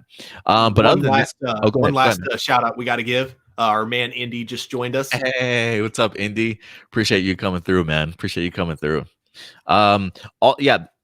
But guys, Yusai says, yo, guys, just a reminder to do A+ More Phenomenal a favor and hit that like button if you're watching. I appreciate that, Yusai. Yeah, hit that like button, guys. That's how we continue to grow. Hit that subscribe button and hit that like button also, so that YouTube can recognize our work and certainly help us continue to grow and recommend it to other people, ladies and gentlemen. And of course, listen, if you continue to love what we do around here, we do have ourselves a Patreon available. If you want to go ahead and show your support to our channel each and every month, patreon.com/A+opinions. Show your love for A+ More Phenomenal or A+ Hero Report. We've got early access, early access and exclusive content up there for you guys already. We got 3 different tiers. There's a $1 tier, there's a $5 tier, and a $10 tier, just depending on how much you want to go ahead and support the channel each and every month. But just know that your support definitely goes to adding to the production value, allowing us to add more content. If the Patreon is successful, maybe we'll start adding more tiers, requests that you guys might have for us to do reviews and things like that. So as of right now, if you guys are interested to know what we do have as part of our Patreon, we've got reaction reaction videos for Zenkaiger that just started this week. We've got episodes 1 and 2 that are currently on our Patreon. They're available to the $5 tier currently, and you will be getting early access to these reactions at least a month ahead before the public actually gets them. And then, of course, we've got early access to our Mighty Morphin and Boom Studios comic books, guys. Early access, they drop Wednesday whenever the episodes wind up getting released, and then we make them available to the public later on in the week, ladies and gentlemen. So a ton of stuff for you guys to certainly enjoy over at our Patreon. So definitely go ahead and show your support and love for our channel. So thank you very much, guys, for that. But other than that, Stuart, I think that's going to do it for us here, man, and your time at A+ More Phenomenal, at least this week, sir. So thank you very much, man, for stopping by and getting to talk Beast Morphers and wrapping up the season with me, man. I appreciate it, and I'm sure our viewers too do also, man. So thank you very much, Stuart. Oh yeah, dude. Thank you so much for having me. I really enjoyed talking Power Rangers. So yeah, I really appreciate you letting me come onto your show. And of course, guys, Stuart is going to be sticking around with us for A+ More Phenomenal as part of a channel. Of course, he clearly has his Kamen Rider reviews that he's going to be doing for you guys, Kamen Rider Saber. And Stuart, you also have some Kamen Rider stuff that's going to be made available for the Patreon starting, is it this week? Yeah, hopefully the first one should be up on Saturday. I'm going to starting this week be reviewing Kamen Rider Ryuki and Kamen Rider Dragon Knight back to back. So look on our Patreon. I will definitely have our Ryuki episode 1 review up, and it should be up on Saturday. All right, so yeah, definitely go ahead and check that out, guys. So those will be exclusives to Patreon, but the Kamen Rider Saber will certainly still be available to the public. So definitely go ahead and continue to show Stuart your support, man, because he's doing a great job in regards to our Kamen Rider Saber stuff. So everybody, certainly say farewell to Stuart. Thank you very much, man. We'll see you later in the week, and of course, I'll see you later this afternoon for our A+ Hero Report Marvel Talk, sir. Sounds good. See ya. All right, see you, sir. Take care. All right, ladies and gentlemen. So let's go ahead and start actually getting into some of the other topics for the day now that we're into the show an hour and 19 minutes into it. So yeah, there's a ton of stuff going on today, man. But first off, let's continue along with some Beast Morphers talk, because comicbook.com just recently did a interview with the entire cast, just talking about the emotional finale, some of their favorite moments, along with the future in regards to Dino Fury. I would recommend this to everybody. This almost had the feel and the vibe of, if you guys did recall, the Hasbro sort of Pulse Friday that we wind up having a few months back, where they actually, revealed the Dino Fury cast, but also had the Beast Morphers cast there.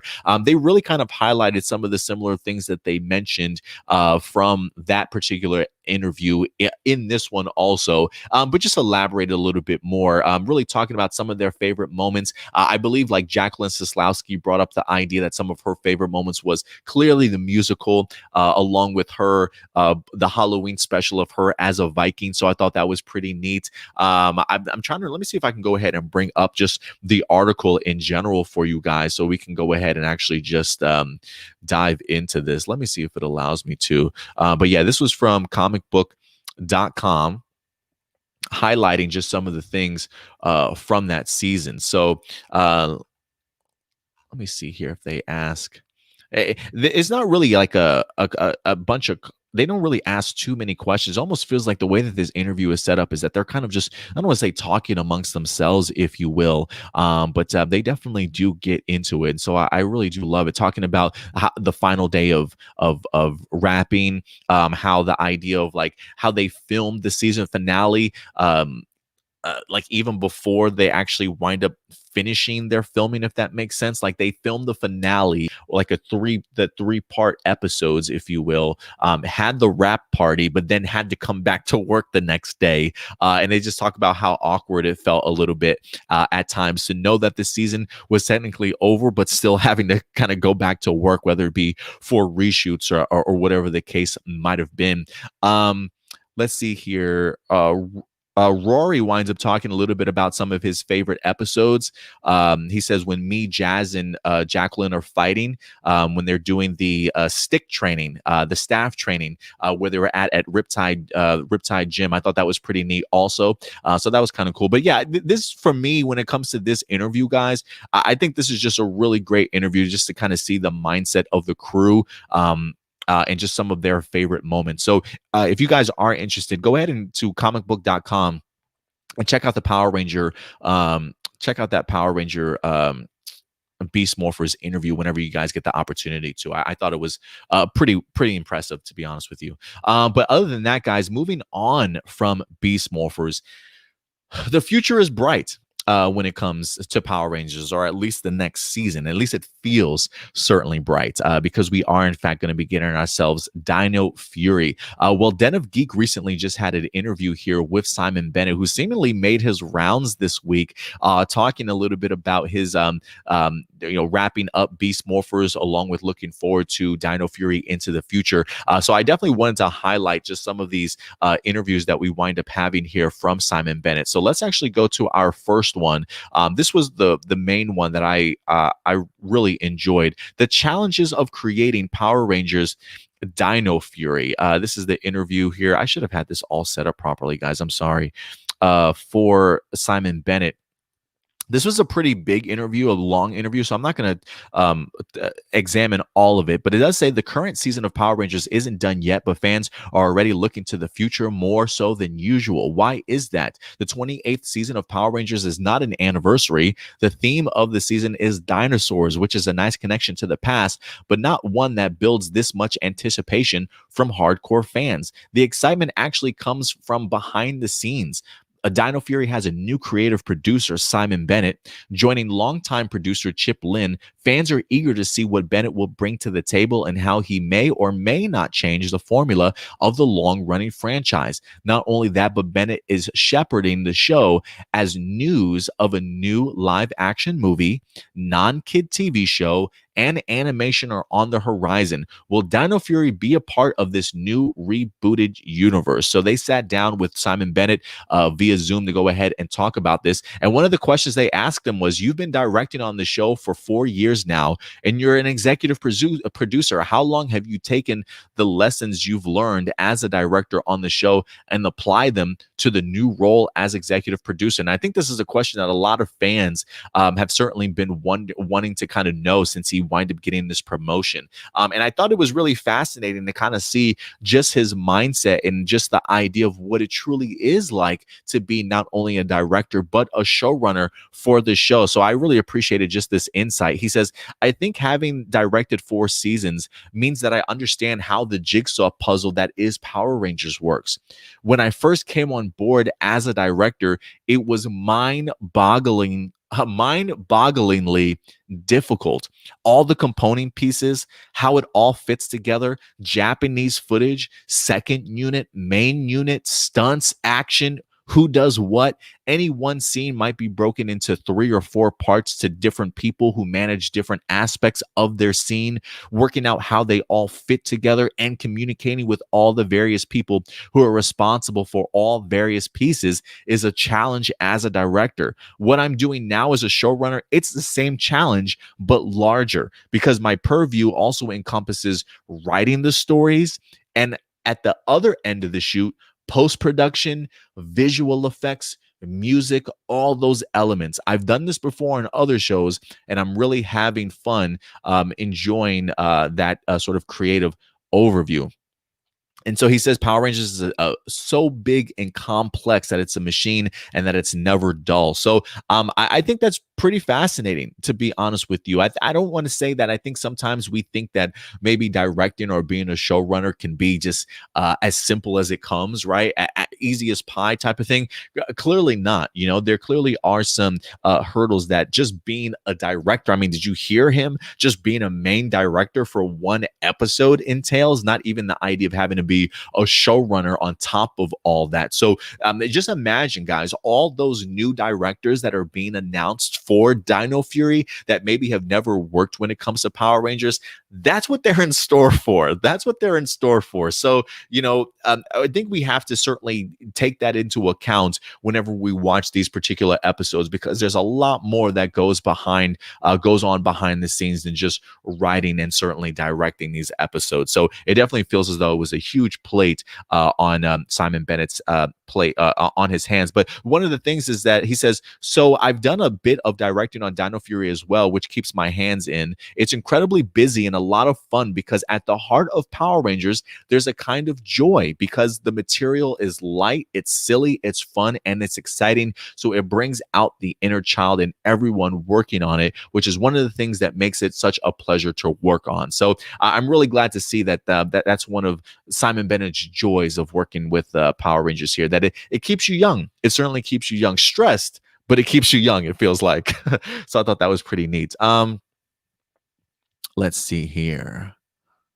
They say, are there any new focuses behind the scenes to keep all things, as you said in our last interview, consistent behind the scenes? He doesn't want to go into details. There's a lot of stuff certainly going into development, but he thinks that it will excite, intrigue, and hopefully delight the fans when they see it. He does say they do ask, many of the cast members of Dino Fury have a significant social media following. Was that intentional as part of the casting process or just happy coincidence? He did say that it was mostly happy coincidence, but I do find this aspect of the interview interesting also. He says, we're well into the shoot now. We're about to break for Christmas in a couple of weeks' time, and I think it's safe to say, I have seen 8 completed episodes, and I'm very, very excited with how it's going. I think the cast is fantastic. Glowing words from Simon Bennett in regards to his cast in general. So I'm super pumped that he's getting the opportunity to work on it. But 8 episodes already, guys. To me, that sounds like the 8 episodes have been filmed. They've been in post-production. They've maybe still in the process of getting some special effects maybe added to that in post-production, maybe some musical score also. But the fact that 8 episodes are completed, man, I'm impressed already. They have talked about the idea of how like filming is like at a breakneck speed because of the fact that the pandemic kind of already slowed them down by a couple of months. That while you can't really speed up production any more than it already is, I think they said something like the post-production unit is certainly trying their best. But they're filming at a breakneck speed to already have 8 episodes in the can. That feels like that's like the already up until the first season, mid-season finale of if you will, of like the next season of Dino Fury. So the fact that they've gotten 8 episodes in and Simon Bennett's praising the cast, I love it. I thought this next question was pretty interesting also. It says, the decision was made to gender swap one of the Rangers from the Sentai, which hasn't been done since the early 2000s. Were you part of that decision, or do you know why it finally happened? So it says, I was a part of that decision, and it was really about diversity. It was really about wanting the cast of the show to represent a little bit more of a balanced representation of people that Sentai delivered us. They had 5 men and 1 woman in Sentai Real Soldier, which we've adapted. We really wanted there to be at least 1 more female character. We've been very careful with all the guest characters as well to ensure that there is a gender balance within the cast. So I thought that was great for them to bring up because, listen, I can't lie, guys. I still continue to this day, I don't want to say get bombarded, but every once in a while, I will have somebody tell me that they feel they should recast Tessa. Now, mind you, listen, I'm going to say something here. Let me just hear me out real quick, okay? You know, I talked to you guys a few months back about how sometimes this fandom can get a little bit of ahead of itself, can really show its, I don't want to say its ugliness, but really show its true intent sometimes. You know, I've been a huge fan of this Beast Morphers cast that we've gotten. I think everybody has done a spectacular job, right? Maybe not the strongest when it comes to acting all the time, right? Not everybody on the crew or the cast is a phenomenal actor. That's just not the case, right? But I recall very vividly when Beast Morphers Cast was announced, um, somebody reaching out to me about why they thought Rory, who played Devin, should be recast as the Red Ranger. We hadn't even seen him portray the Red Ranger yet. Like, they literally announced the guy, and literally over the next 48 hours after that, I kept getting questions about, do I think Rory should be recast? Hey, do you want to sign this petition for Hasbro to recast Rory? And I'm sitting here thinking, why? Like, why would you want to? You haven't seen anything from this guy. You don't know what Rory is certainly capable of as an actor, right? So why would you want to switch this out? He clearly never gave me a legit answer to like actually prove why he feels this way. It if you ask me, I personally just think he had an issue with the color of his skin, the idea of maybe a black person being a Red Ranger or a leader of this team. I don't know. That person never came out and said it. But to be sort of that committed to the idea of, before you even see this guy spout a single word, to immediately recast him, definitely throws up the flag. Reason why I bring this up, ladies and gentlemen, has a lot to do with this particular comment when it comes to Dino Fury. The idea of gender swapping out Tessa for a male real soldier in green. Because, ladies and gentlemen, I kid you not when I say this, the same person that reached out to me to recast Rory hit me up again asking to recast Tessa as the Green Ranger. I kid you not, the same person, man. The same person. And I've told this person on several occasions, absolutely not. Listen, Real Soldier was as big of a sausage fest as I can honestly remember. I enjoyed Asuna. She was almost like one of the guys, knocking back food, as boyish, as tomboyish at times as can be. But that series needed more females, for sure. So I 100% completely agree and understand Simon Bennett's position here, that you want to add diversity. You want things to be a little bit more balanced. And I think this is the perfect way to certainly do so. I guess, to me, I still don't understand why the idea and the concept of gender swapping somebody out is that big of a deal for some people. Like, is it that important that you're able to tell a person's body figure and shape and be able to tell who that person is? Like, to me, it doesn't matter. As long as you give me a great character, if you're continuing to invest in more original footage, I trust that Hasbro and this creative team knows what they're doing. And so to kind of question, I mean, is it going to take us out? Sometimes, maybe. Like, honestly, for me, one of my biggest things when they announced Alexandra Nunez as the Green Ranger, a part of me was like, or at least I should say, when we got the speculation as to who the cast was going to be, and we were speculating that maybe we would get a gender swap. One of the things that I always said was, I don't know if that's something that Hasbro really cares about, right? I don't even know if, when you watch Super Sentai footage next to American footage, if you'll even be able to tell that much of a difference, right? So I think we need to just kind of take a step back and let's see what Hasbro certainly has in store for us. But to just want to recast somebody because of the fact that they're female, or because of the fact that they're getting an opportunity to gender swap out another Green Ranger, I just think is kind of ridiculous. And I just think that if this is the second person, the first person you wanted to recast was black, the second person you wanted to recast was female. I don't see you complaining about, oh, Russell Curry shouldn't be the Red Ranger. I don't see this person complaining about Chance Perez shouldn't be the Black Ranger. He should be the Green Ranger, or he should be the Pink Ranger, right? Like, I don't see those complaints yet. The black guy from Beast Morphers gets a complaint, and a woman from Dino Fury gets a complaint from this one person that was having issues with it. I think it's a more of an issue with you having to really look at yourself in the mirror and kind of figure out what it is that you're insecure about with the idea of diversity being a part of Power Rangers. If Hasbro wants to gender swap somebody out, they have every single right to, especially if it means bringing a more balance to the show. Like for me, I'm ready for 3 women and 2 men as a Power Ranger team. If you ask me, that's something I personally would love to see.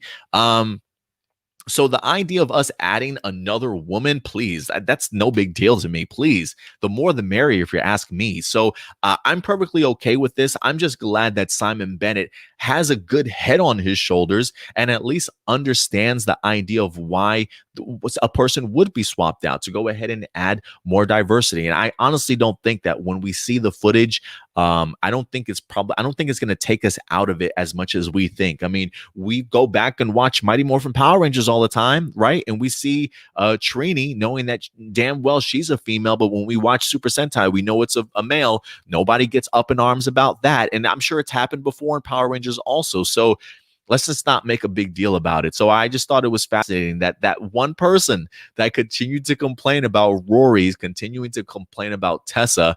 And I just don't think they have a good reason to. Maybe that's just me, but regardless, I thought that was interesting because I definitely wanted to highlight that again to kind of just show what Simon Bennett's mindset was, and one that I'm definitely in agreement with for sure. He does talk a little bit more about the casting, also, but I also want to jump to this section of the interview here. Hasbro CEO Brian Goldner stated in a recent interview that Jonathan Entwistle, who's directing the new Power Ranger movie and overseeing the new shared universe, is handling the kid-oriented TV show that's in its 27th season. Have you and Entwistle have any contact with each other?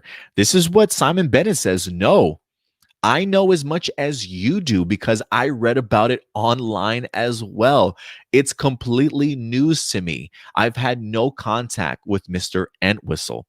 And they go on to push further. It says, so right now, you're just making your Power Rangers season. There's no you've got to think about this movie. You've got to think about this animated show. There's none of that right now. And he says, no, none of it. We're pretty much finished writing the entire season of Dino Fury, and we're well underway with shooting, and we have interfaced with various executives within Hasbro and E1, and it's going very smoothly. There's been no external pressure on the show to make it something other than what it is or what it has always been going to be, if that makes sense. But things are going very smoothly, and I find that interesting, man. I find that really interesting. Like for me, when he talks about this almost makes me wonder, like, does Brian Goldner know what he's talking about too?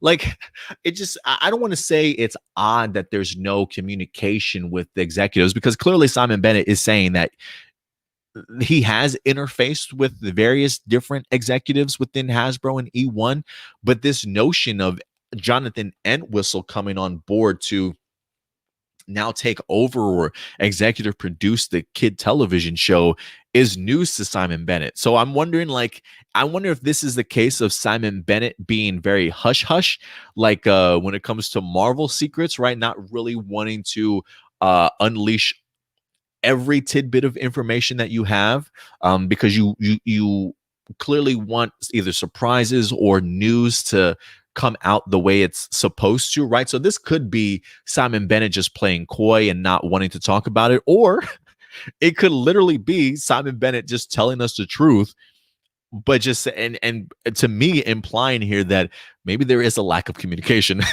going on here. Like maybe Jonathan Entwistle isn't doing kid television as previously stated by Brian Goldner. Maybe that executive branch, like maybe that connection of what Jonathan Entwistle isn't even connected to what is taking place on the kid side of things. So I don't know what to believe here anymore, to be honest with you. Like for me, this kind of puts a wrench into everything that we've almost been have been told up until this particular point in time. Because I would think that if Jonathan Entwistle was going to be in charge of the kid side of things, or we're going to continue with Power Rangers as is kid wise, minus maybe Super Sentai footage, I would think that Entwistle and Simon Bennett certainly would talk. I mean, granted, at the end of the day, Dino Fury was already set and sort of ready to go. So they definitely have that series in place even before somebody like a Jonathan Entwistle certainly came on board. So I don't expect him to have an impact on Dino Fury at all.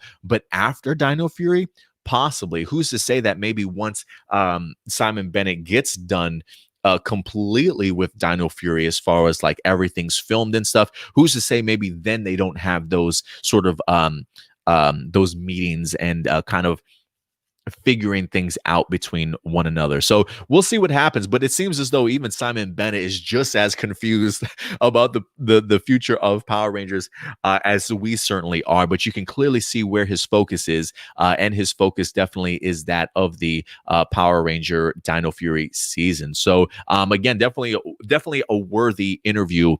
Certainly worth checking out if you want to get into further details. He does go in to talk a little bit about how COVID has affected filming and really also the audition process as well. So go ahead, check out Den of Geek, the challenge of creating Power Rangers Dino Fury. And Den of Geek also did a second interview with Simon Bennett as well, talking about the challenges of wrapping up the RPM cliffhanger after 11 years. So I thought that was pretty telling too. So check out some of Den of Geek's material this week also, guys. Outside of that, there's another Simon Bennett interview that wind up happening over at Screen Rant, a much larger interview if you ask me. I mean, they really go into a ton of details in regards to this, but one of the things that I loved hearing though was that they did talk a little bit about one of his favorite seasons, being that of RPM.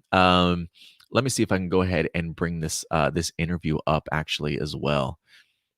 Hold on one second, guys.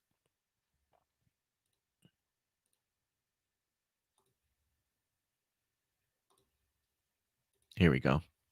Out of curiosity, what's your favorite season when you went back and watched the show, is what they asked him. He says, I really liked RPM, to be honest. I do appreciate it that it's more adult in tone. As far as hitting home with the show's target audience, it might not have been the most successful, but I really like the aesthetic of that show. I like the way that the comedy within the show was built into the range of the team and felt like a natural aspect of the range of storytelling. There are various things of that show that I really admire. Not that I would necessarily be replicating them, but as a piece of television, I really like that season. And he goes on to say, he says, in 30 years, the franchise has amassed such a wide range of fans, with celebrities including WWE superstars like Seth Rollins, Ronda Rousey, and Xavier Woods wearing ring gear from Power Rangers. You've got NFL players doing morphs after tackles. Even this year, the Kardashians were Power Rangers for Halloween. Can you talk to me about balancing a show that's primarily for 4 to 6 year olds, but also has this large fan base that's been following the show for such a long span of time? And I think this is a really fascinating aspect to hear Simon Bennett's point of view on. He says it's really challenging. If you start thinking about all those adult fans out there, then you just can't function. We have to make a show for the target audience, which is 4 to 6 year olds, because that requires a particular type of writing and a particular type of storytelling. If it continues to have a resonance with the wider audience, particularly people who might have grown up watching Power Rangers in the 90s and still feel very affectionate towards it and have a sense of nostalgia, then that's great. That's fantastic. From time to time, we do bring in threads or ideas or stories or characters that harken back to previous seasons. And yes, that is a conscious way of rewarding loyal fans who have stuck with the show. But it always has to be in such a way that we're not going to lose the kids. The kids have to watch that episode and love the episode, even if they've got no clue who the people from previous teams are or what the references are. So keeping the show successful for the younger audience from our point of view is the single most important thing, and everything else is a fantastic bonus. And I love that clarity, guys, because one of the things that we've talked about is that, Hasbro does need to recognize the fact that there is an older audience out there, and that while you are still certainly creating content for kids, you still also very much have to be mindful about their older audience. Now, I get the idea that this season is meant to be, or this series is meant to be written for kids, but this is another reason as to why a part of me is excited that we're getting something Jonathan Entwistle related that is going to be non-kids, so that we do have a huge broad of different content for all ages and races and cultures and things like that when it comes to Power Rangers. And I think that's a really great way of handling it, by at least giving us more diversity in regards to content, at least. But seeing Simon Bennett here, first I will say this: has the target audience for Power Rangers always been 4 to 6 year olds? When I watched Power Rangers back in high school, I don't recall it being for 4 to 6 years old. I'm wondering if it was 4 to 6 years old even back in the day.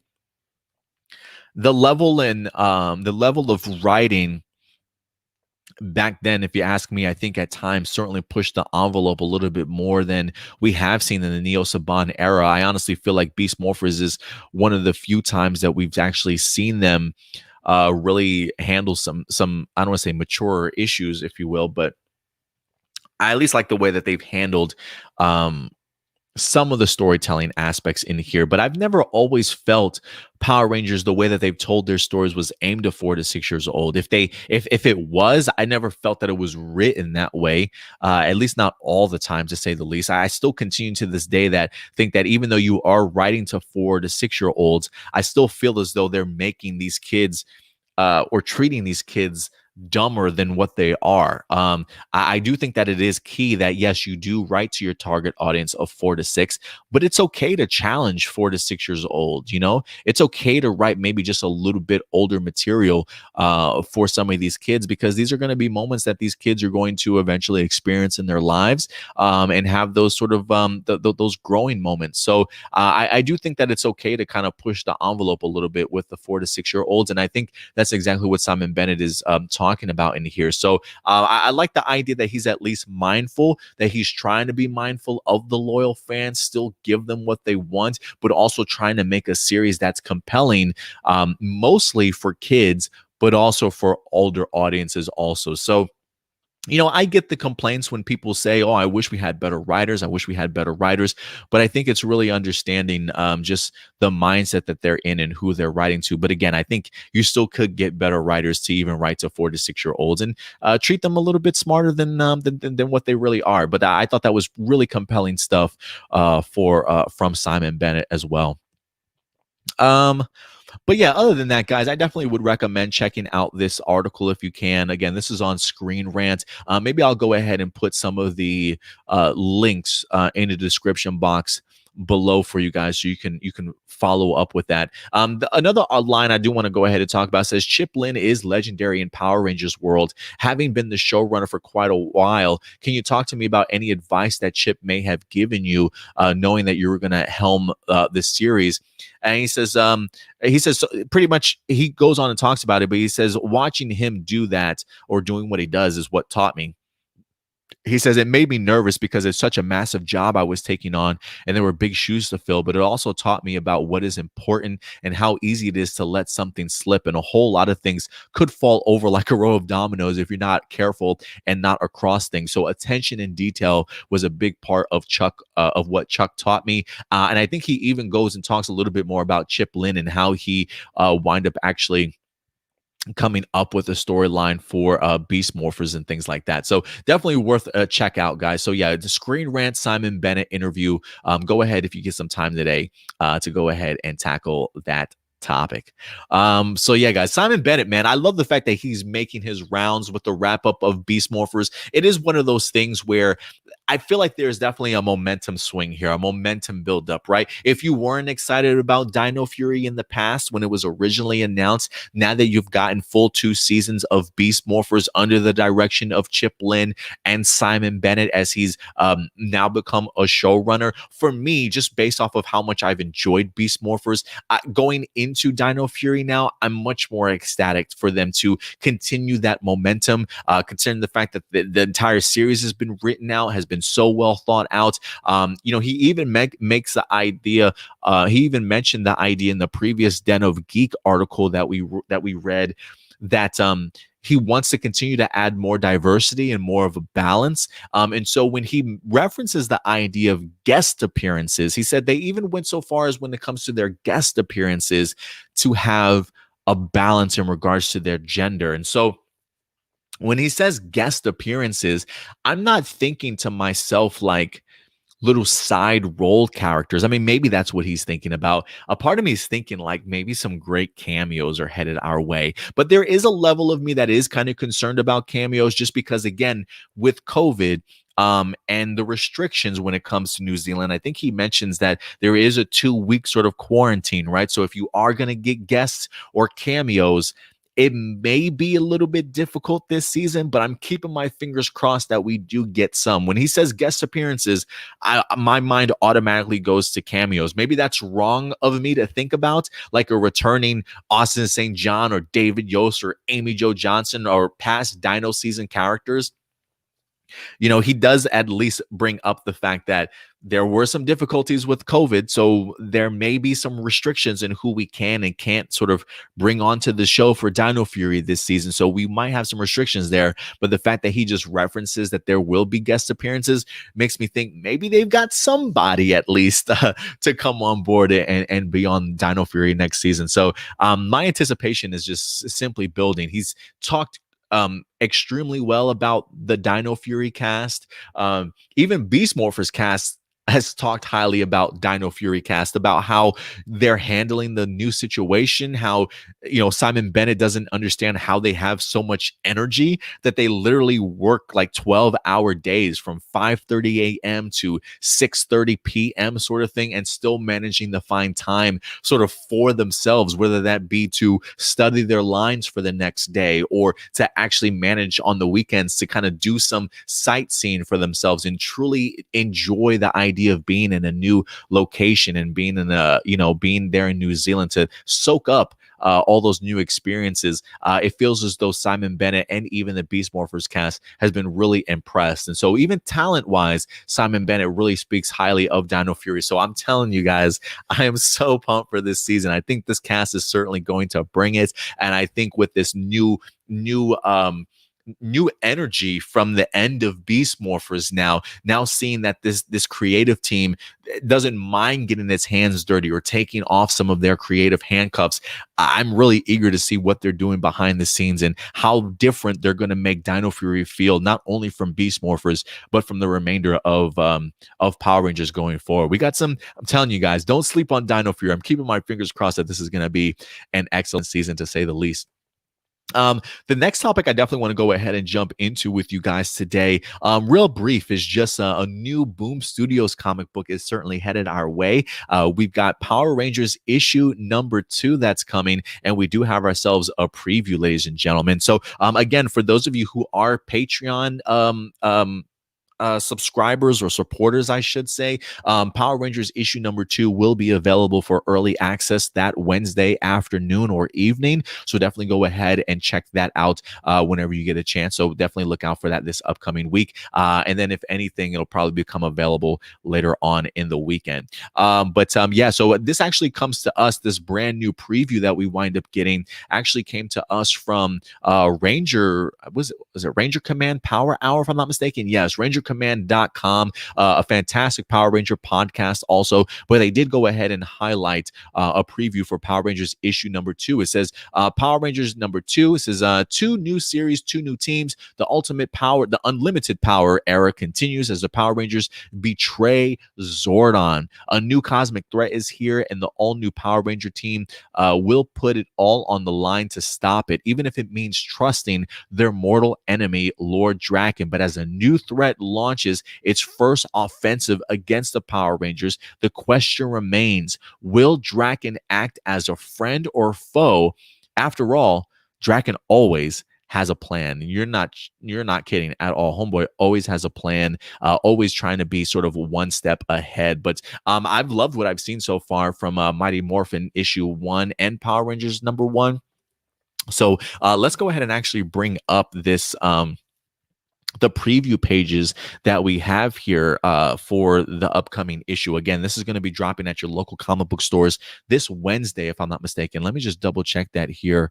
Wednesday, December 16th. So yes, this upcoming Wednesday, it's going to be there. And one of the really compelling things for me is just how Draken is going to fit onto this team, and really seeing the Omega Rangers betraying Zordon. They've really have hindered sort of that relationship, not only with Zordon, but the Mighty Morphin Power Ranger team. And considering the fact that the ramifications from Power Rangers issue number 1 affected, or at least came up in Mighty Morphin issue number 2, I'm definitely expecting both of these series to, while they're definitely going to be telling stories of 2 separate teams, definitely having connective tissues with one another. And so I'm definitely here for it, to be perfectly honest with you.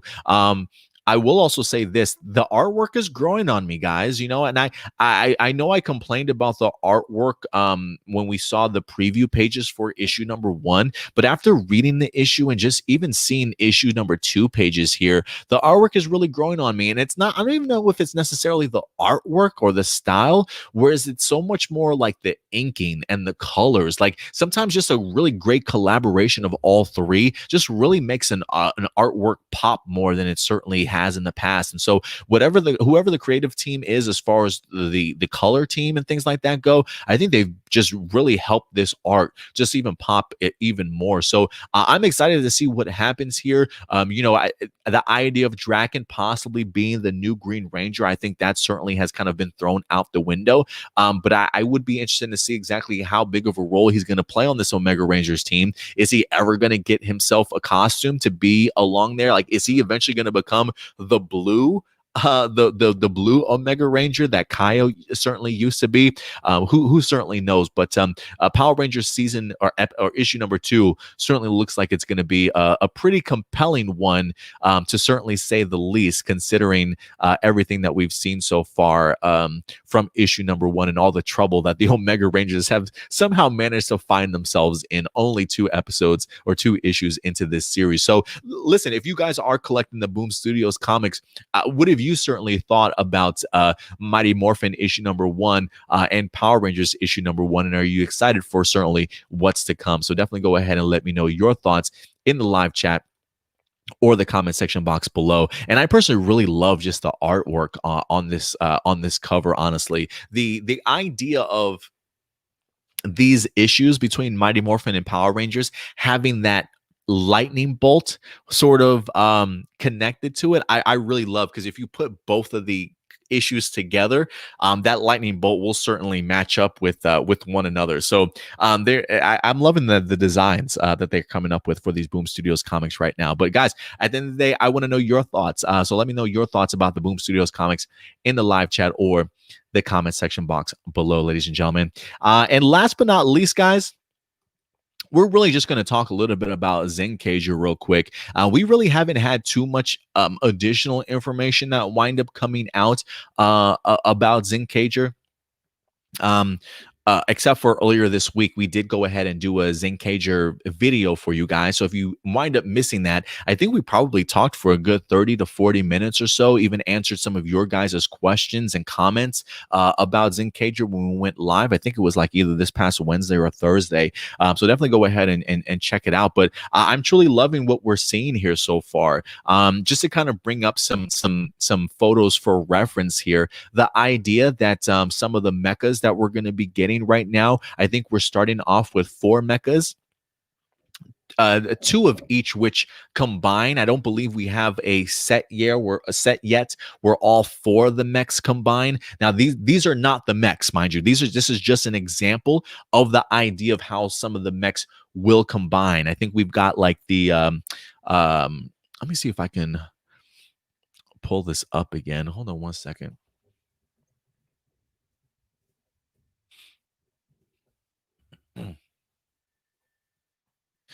From the not the trademark stuff. Where's the others toy list that I was just reading from the other day? I wonder if that's even up there. I don't know.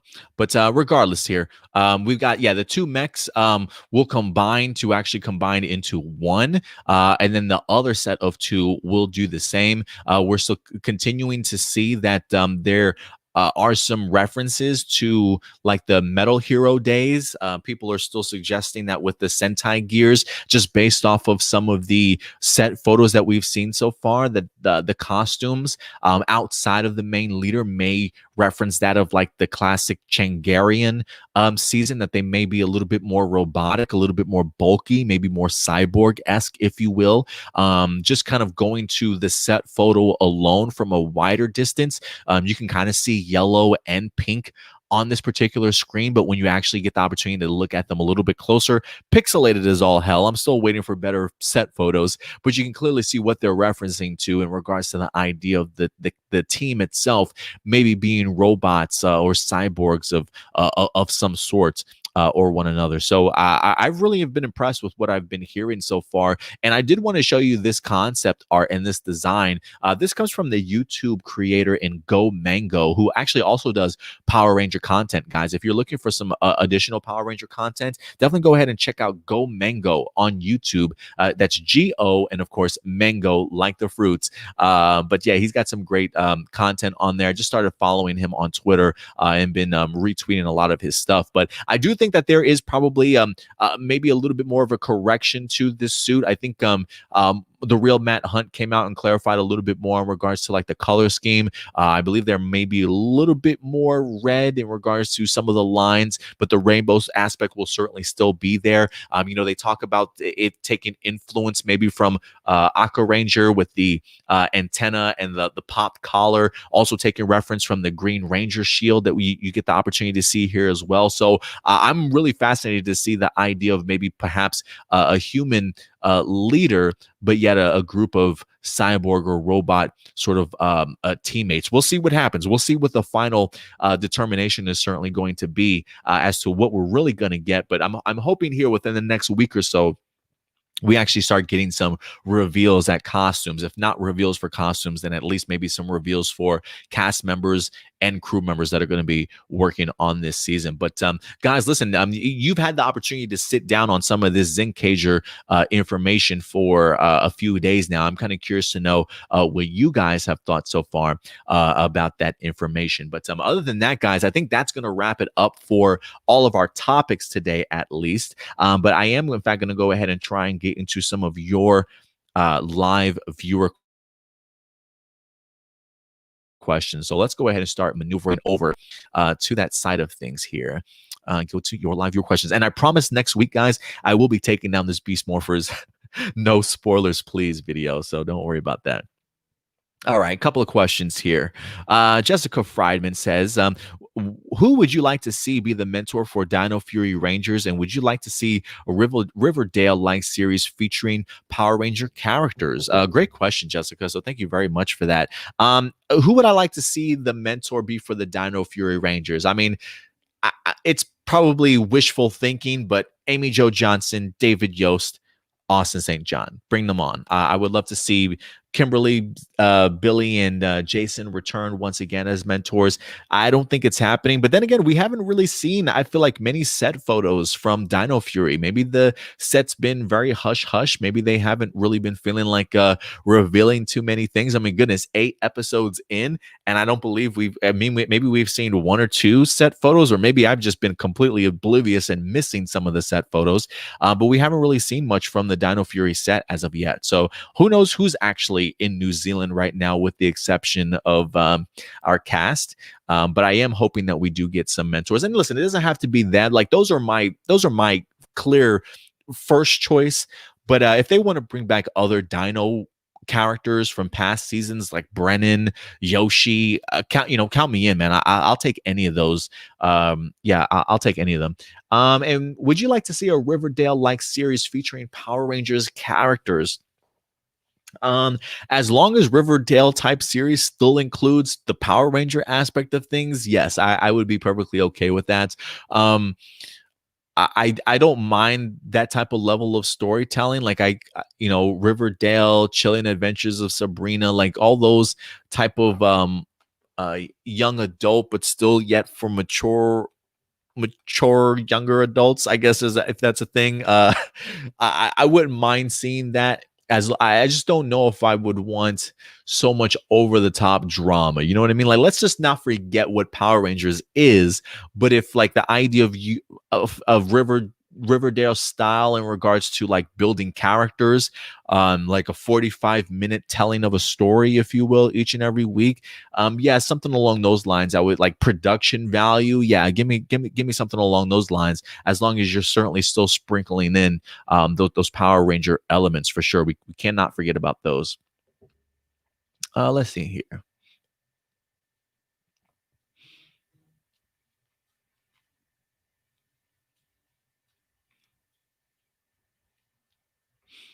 Let's see here. AJ's got a couple of questions. He says, now that you have reached the final episode of Beast Morphers as a whole, what else do you want to see in Dino Fury and beyond? And what would you like to do? Would you like to do more Power Ranger stuff would you like to do more Power Ranger stuff during the hiatus until Dino Fury arrives? Yeah, I trust me, I definitely do plan on doing more Power Ranger stuff. Clearly you can see our reactions and stuff are still taking place. We're still doing stuff like that for our Patreon account. We've got a Power Ranger watch along that we're about to introduce also as part of Patreon. Maybe I might introduce some of those as part of a public. Like a part of me is wondering if I want to do another reaction season of Super Sentai and an additional Power Rangers watch along outside of the stuff for the Patreons. So yeah, we're definitely going to be doing some more. I would like to do an award show for Beast Morphers at some point in time. I might even try and reach out to SD this week and see if he wants to do just like a Beast Morphers series wrap up with me, like a collab of just of the two of us talking about just wrapping up Beast Morphers together. So trust me when I say we definitely will continue to bring you content. Just because Beast Morphers is off doesn't mean we're not going to keep doing A Plus More Phenomenal weekly here. Stuart's got some projects that he's going to be working on also. So trust me when I say plenty of content for the public and our Patreons certainly going forward.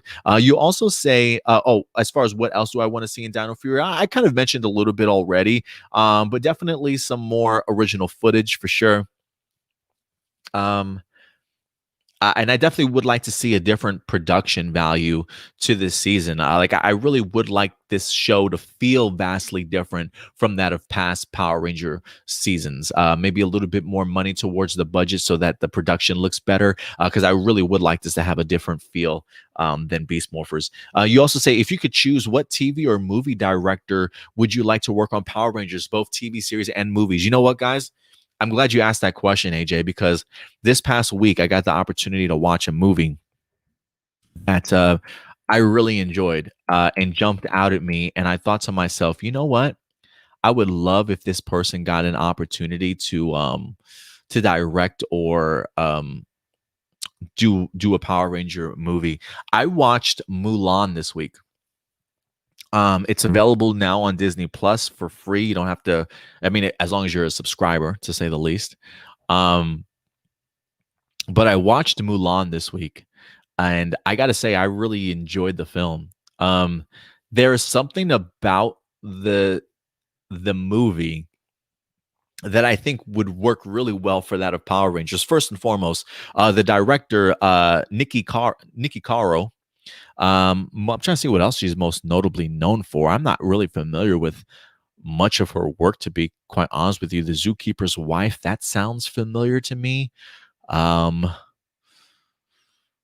Dark Stories, Tales from Beyond the Grave. Oh, that's a video. They don't see like a lot of. I really don't see a lot of movies. It feels like Mulan was like maybe the biggest thing that she. Oh, she's got a couple of short videos here and there. So actually looking back at it, I'm actually really freaking impressed then in what she was able to do with Mulan. Heck, maybe even get the writer from Mulan in here also. I would be open to that.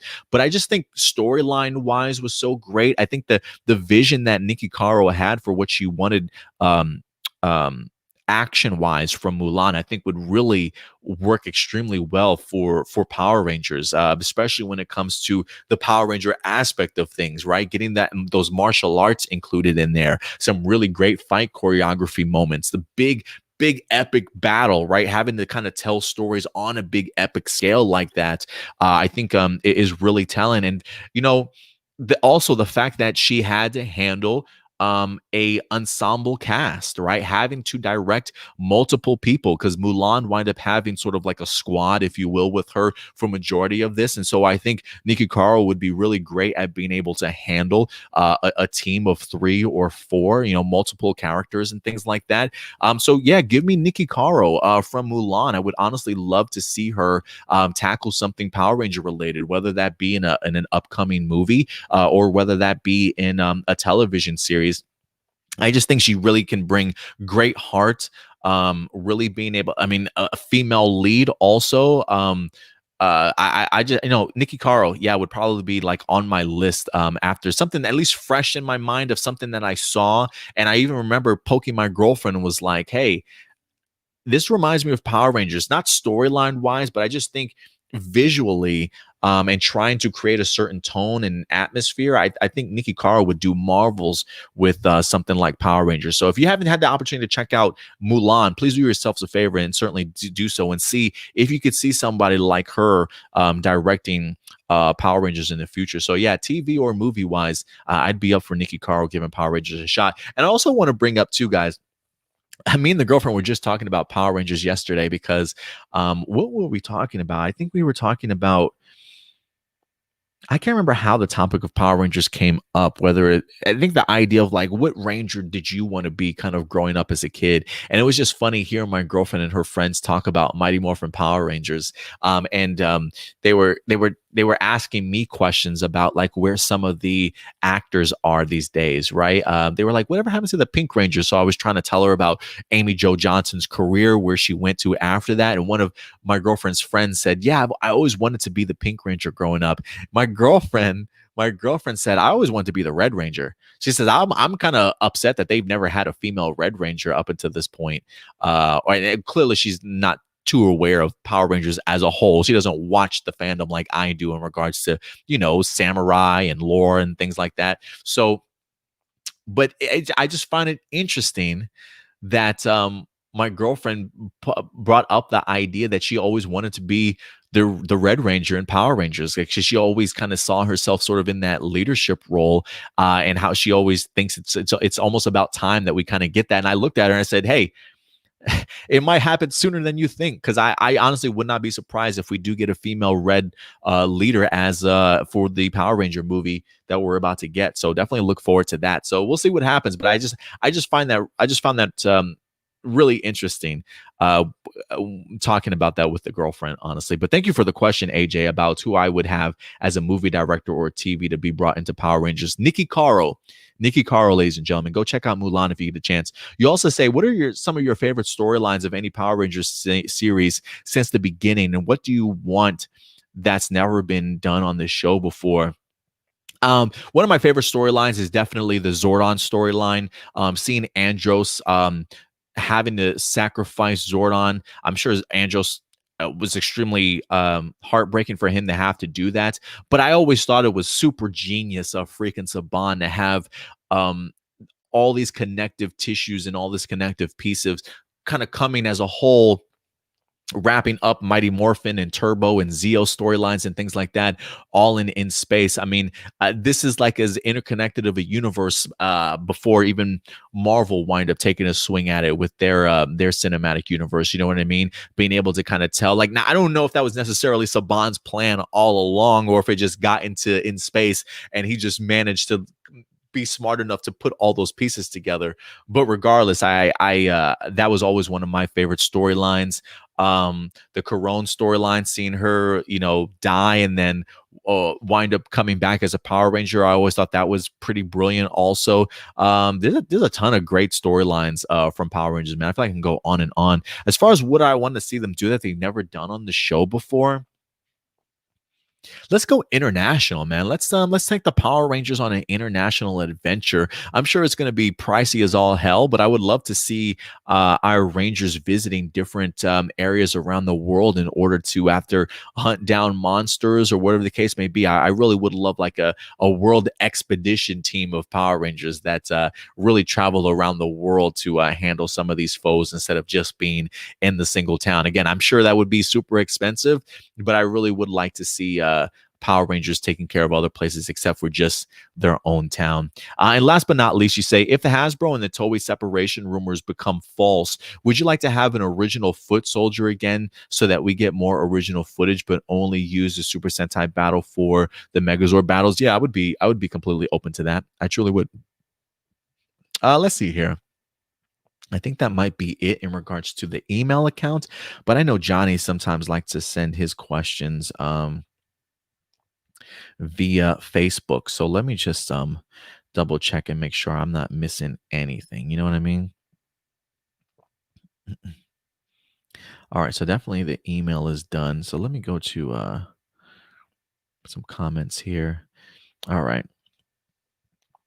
3 questions from Johnny. He says, what are you going to miss about Beast Morphers, the cast? The cast. I'm definitely going to miss the cast. I love their chemistry together. I loved I love their chemistry. I really did. Their camaraderie. I think a lot of that has to do with watching them when they were doing Beast Morphers and filming, a lot of like super active on social media, really interacting with their fans, showcasing photos and videos and stuff. You really get to see their pure joy of putting together this season, and just their talent. I think they're really talented kids, and so I really want to see them go on to do bigger and better things. So yeah, I'm gonna miss the cast more than anything. Do you believe that Jonathan Entwistle and Simon Bennett could team up in the future, like during season 2 of Dino Fury and other future seasons? It just depends. Right now, according to Simon Bennett, he's never spoken with Jonathan Entwistle at all. So I don't know how much collaboration they're doing right now. Again, I don't know if that's Simon Bennett doing his best to kind of veer away from revealing too much right now before Hasbro gets a chance to officially announce stuff. So I don't know if he's just playing coy with us right now because he's got to keep secrets, or if he's just being outright like, yeah, bro, we've never talked at all. I have no idea. This is news to me too. So I mean, I would be open to it, considering what Simon Bennett's been able to do with Beast Morphers. If he continues to impress with Dino Fury, heck, maybe keep Simon Bennett on board as part of Hasbro and see what else he can do. And if that means Chip Lynn moving out and Jonathan Entwistle coming in, yeah, I would be completely open to that. But it doesn't sound like that's the case right now, at least. But only time will tell. We'll see what happens. Johnny also says, so Jonathan Entwistle is also going to be in charge of the kid-oriented PR series like Dino Fury. So will he be doing their own suits, or will they find a way to incorporate the Sentai if he or she can? Well, that's right. You're asking questions, Jonathan, that unfortunately I don't think anybody has the answers to right now. I don't even know if Jonathan Entwistle has that answer yet. But if I had to guess, I'm still under the impression that it's going to be original footage. So I'm thinking creating your own suits kind of moving forward and your own look for your Power Rangers. I don't believe it's in the idea of incorporating Sentai footage going further. So I think if anything, if you tell me, hey, we're going to be rebooting and reimagining Power Rangers as a franchise, that does mean like leaving some of the past behind also. So I just think giving us a brand new vision, and that probably does not include Super Sentai footage, but doesn't mean it's still not possible, right? Doesn't mean it's still not possible, but we'll see. We just have nothing's been confirmed for us yet. He said, I'm also calling it right now, teased at the end of Beast Morphers, Scrozzle for Dino Fury. Scrozzle for Dino Fury. Who knows, man? I would be up for it. Like, I would love to see a Crayon from Rio Soldier and Scrozzle team up. I really would. When we were talking about the Beast Morphers review for the season finale, Stuart brought up, I thought, a great idea about the idea of at least if we do get ourselves a Beast Morphers and Dino Fury team up, maybe Scrozzle could be in charge of leading that attack, or maybe be in charge of why we need ourselves a team up in the first place. So who knows, man? I'm keeping my fingers crossed. But the fact that Scrozzle's alive, captured yet alive, still gives me hope that he'll certainly make his way throughout the season. Like, I am wondering if that was part of the plan all along, to keep Scrozzle alive, or as they went along and started creating the show and started doing the story and stuff, that they started realizing, you know what, this Scrozzle guy's not too bad. Let's see if we can keep him around for the future. So we'll see what happens, man. We'll see what happens. But great questions, Johnny. Thank you very much for that, man. I definitely appreciate that. Yeah, other than that, guys, I think that will in fact wrap it up in regards to our live viewer questions for today. So thank you very much, guys. I may just spend another like 8 minutes. Yeah, I think I'm just going to spend another 8 minutes. I'll probably wrap up here about 2:30 because I do have to start getting my dog cleaned up a little bit, jump in the shower, and then get ready for our A+ Hero Report live chat today of Marvel Phase 4 and beyond. We're going to be highlighting all the news that dropped from Marvel outside of from the Disney Investor Day meeting that they wind up having this past week. So if you're big Marvel fans, guys, go to A+ Hero Report at 4 o'clock p.m. Central Time, as me, Indy, and Stuart will definitely break down all the news, guys. We're going to get nerdy with it. It's going to be a ton of fun. We might be there for a while. Let's see here. Let's see what some of you guys are saying in the chat as we wrap up.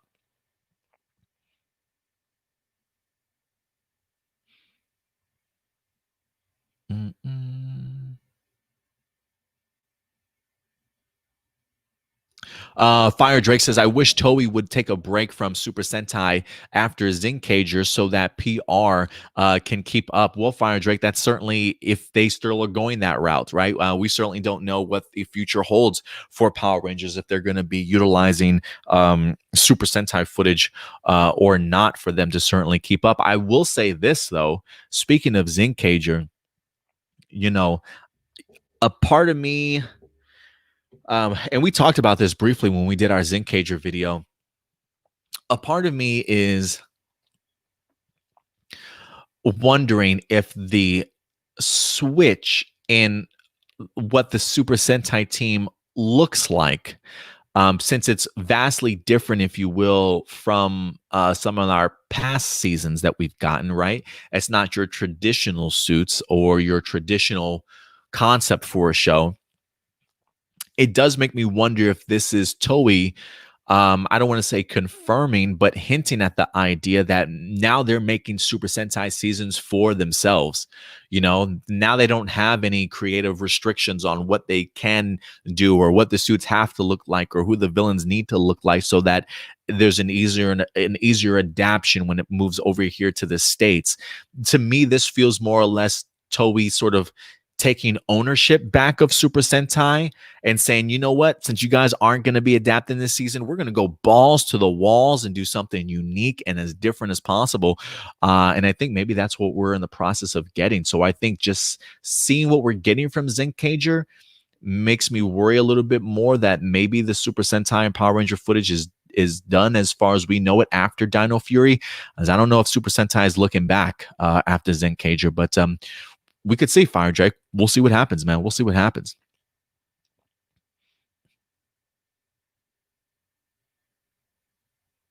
What's up, Chris Brandon? Appreciate you coming through, Chris. I appreciate that, man.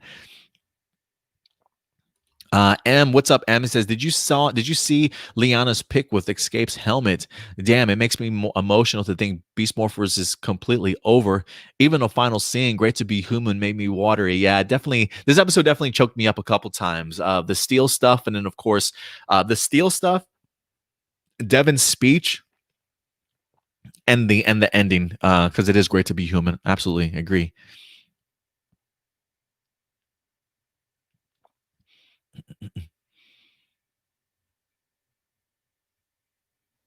Let's see. Dino Knight says, I have a feeling that the Dino Fury cast are feeling a little bit more pressure now that Beast Morphers has ended. They have seen the Beast Morphers cast say their goodbyes. I'm assuming is what you meant. Yeah, I'm sure every season that comes in after another one is probably under immense pressure. I mean, maybe not so much Beast Morphers because Ninja Steel was trash in my opinion, so they probably were just like, oh, we could do anything. But they did a great job with Beast Morphers, if you ask me. But I think the Dino Fury cast is super talent. So yeah, they may be feeling a little bit of pressure, but I wouldn't be surprised if you don't even see it. Shadow Nova says, I think your girlfriend would like either Lauren or Charlie from SPD. That's a good suggestion, man. Maybe I'll suggest that to her for sure.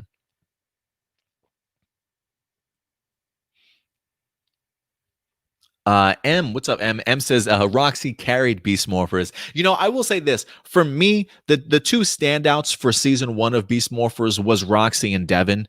Those were definitely my two standouts, honestly. It's a reason why I wanted to get Liana Ramirez on our show when we did our interview, because I was just so impressed with Roxy. She definitely did help carry season 1 for sure. Not to say that the rest of the season was trash or anything, but I'm just saying she was just that impressive and that much of a presence on screen to certainly help out that season for sure. And so we definitely a bit of a bummer when she's not even hardly utilized for season 2 outside of her Robo Roxy side of things. I still would have liked to have seen her utilized even more, but yeah, Roxy was rather impressive, man.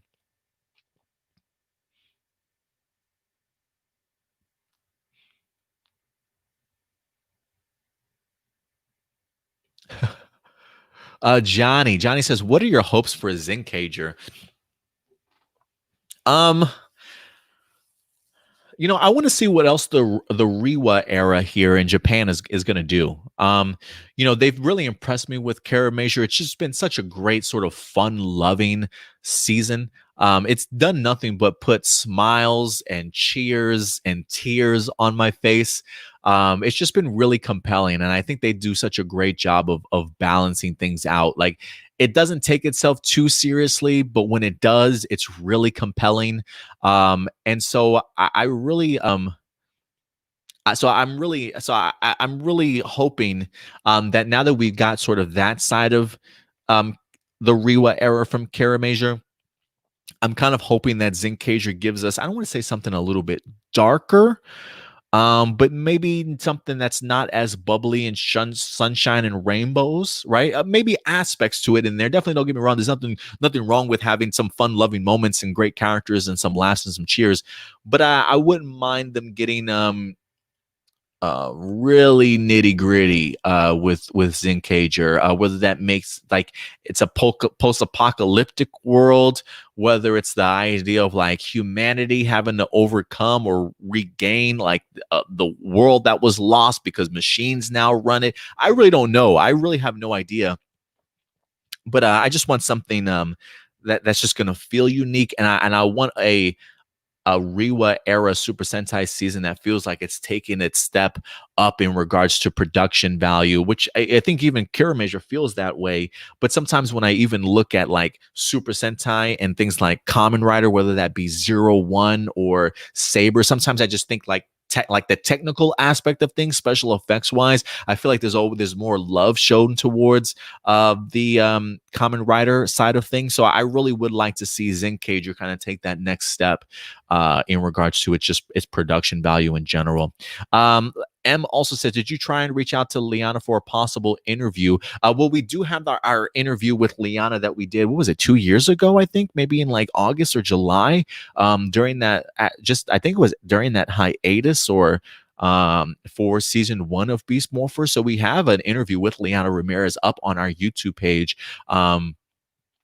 But the second one, not yet. No, I have reached out to her, but I think she's been pretty busy with family and stuff over the holiday season. So I did reach out to her maybe about a week or 2 weeks or so ago. Haven't heard back from her as of yet, but I am working on it for sure. I am also going to be working on, I'm going to talk to Stuart. Sorry if there's dogs in the background barking. I think the girlfriend is just getting back home. But yes, I am in the process of going to be reaching out to other people as well for other interviews also. So yeah. definitely go ahead and stay tuned for that, guys. But other than that, guys, I think that's going to go ahead and wrap it up for us here today, since it is in fact 2:30 now. I think we're going to go ahead and wrap up so I can continue along with my day, ladies and gentlemen. But listen, I appreciate everybody's support, certainly coming through each and every time. Remember, throughout the week, guys, if you do have a question that you certainly want to have answered at the end of our shows of A Plus More Phenomenal, go ahead and submit them over to us at aplusmorephenomenal@gmail.com. You can submit questions in all through the week, whether that be something, an article you read from Power Rangers, an episode of Power Rangers you watch, you want to discuss. Go ahead and let your thoughts be known by submitting your questions over Caramajor, Saber, whatever the case may be, over to aplusmorephenomenal@gmail.com. But other than that, ladies and gentlemen, I think that will go ahead and do it for us here today. So do me a big favor, guys. If you haven't subscribed to the channel yet, please do so. Hit that subscribe button along with that bell notification so that when we do go live, you will certainly be notified. And of course, if you want to go ahead and follow us on social media, we're going to be right here at A Plus Opinions. You can find us on our main page, which is our Facebook page. We're very active on Twitter, as well as Instagram and Twitch for you gamers also. But other than that, guys, I think that's probably going to wrap it up for us here today. So thank you very much. We'll certainly be back next weekend, so certainly look out for that. And then until next time, do me a big favor. Take care of yourselves. Take care of each other. And as always, keep it A+. May the power protect you. I'll talk to you later. Bye.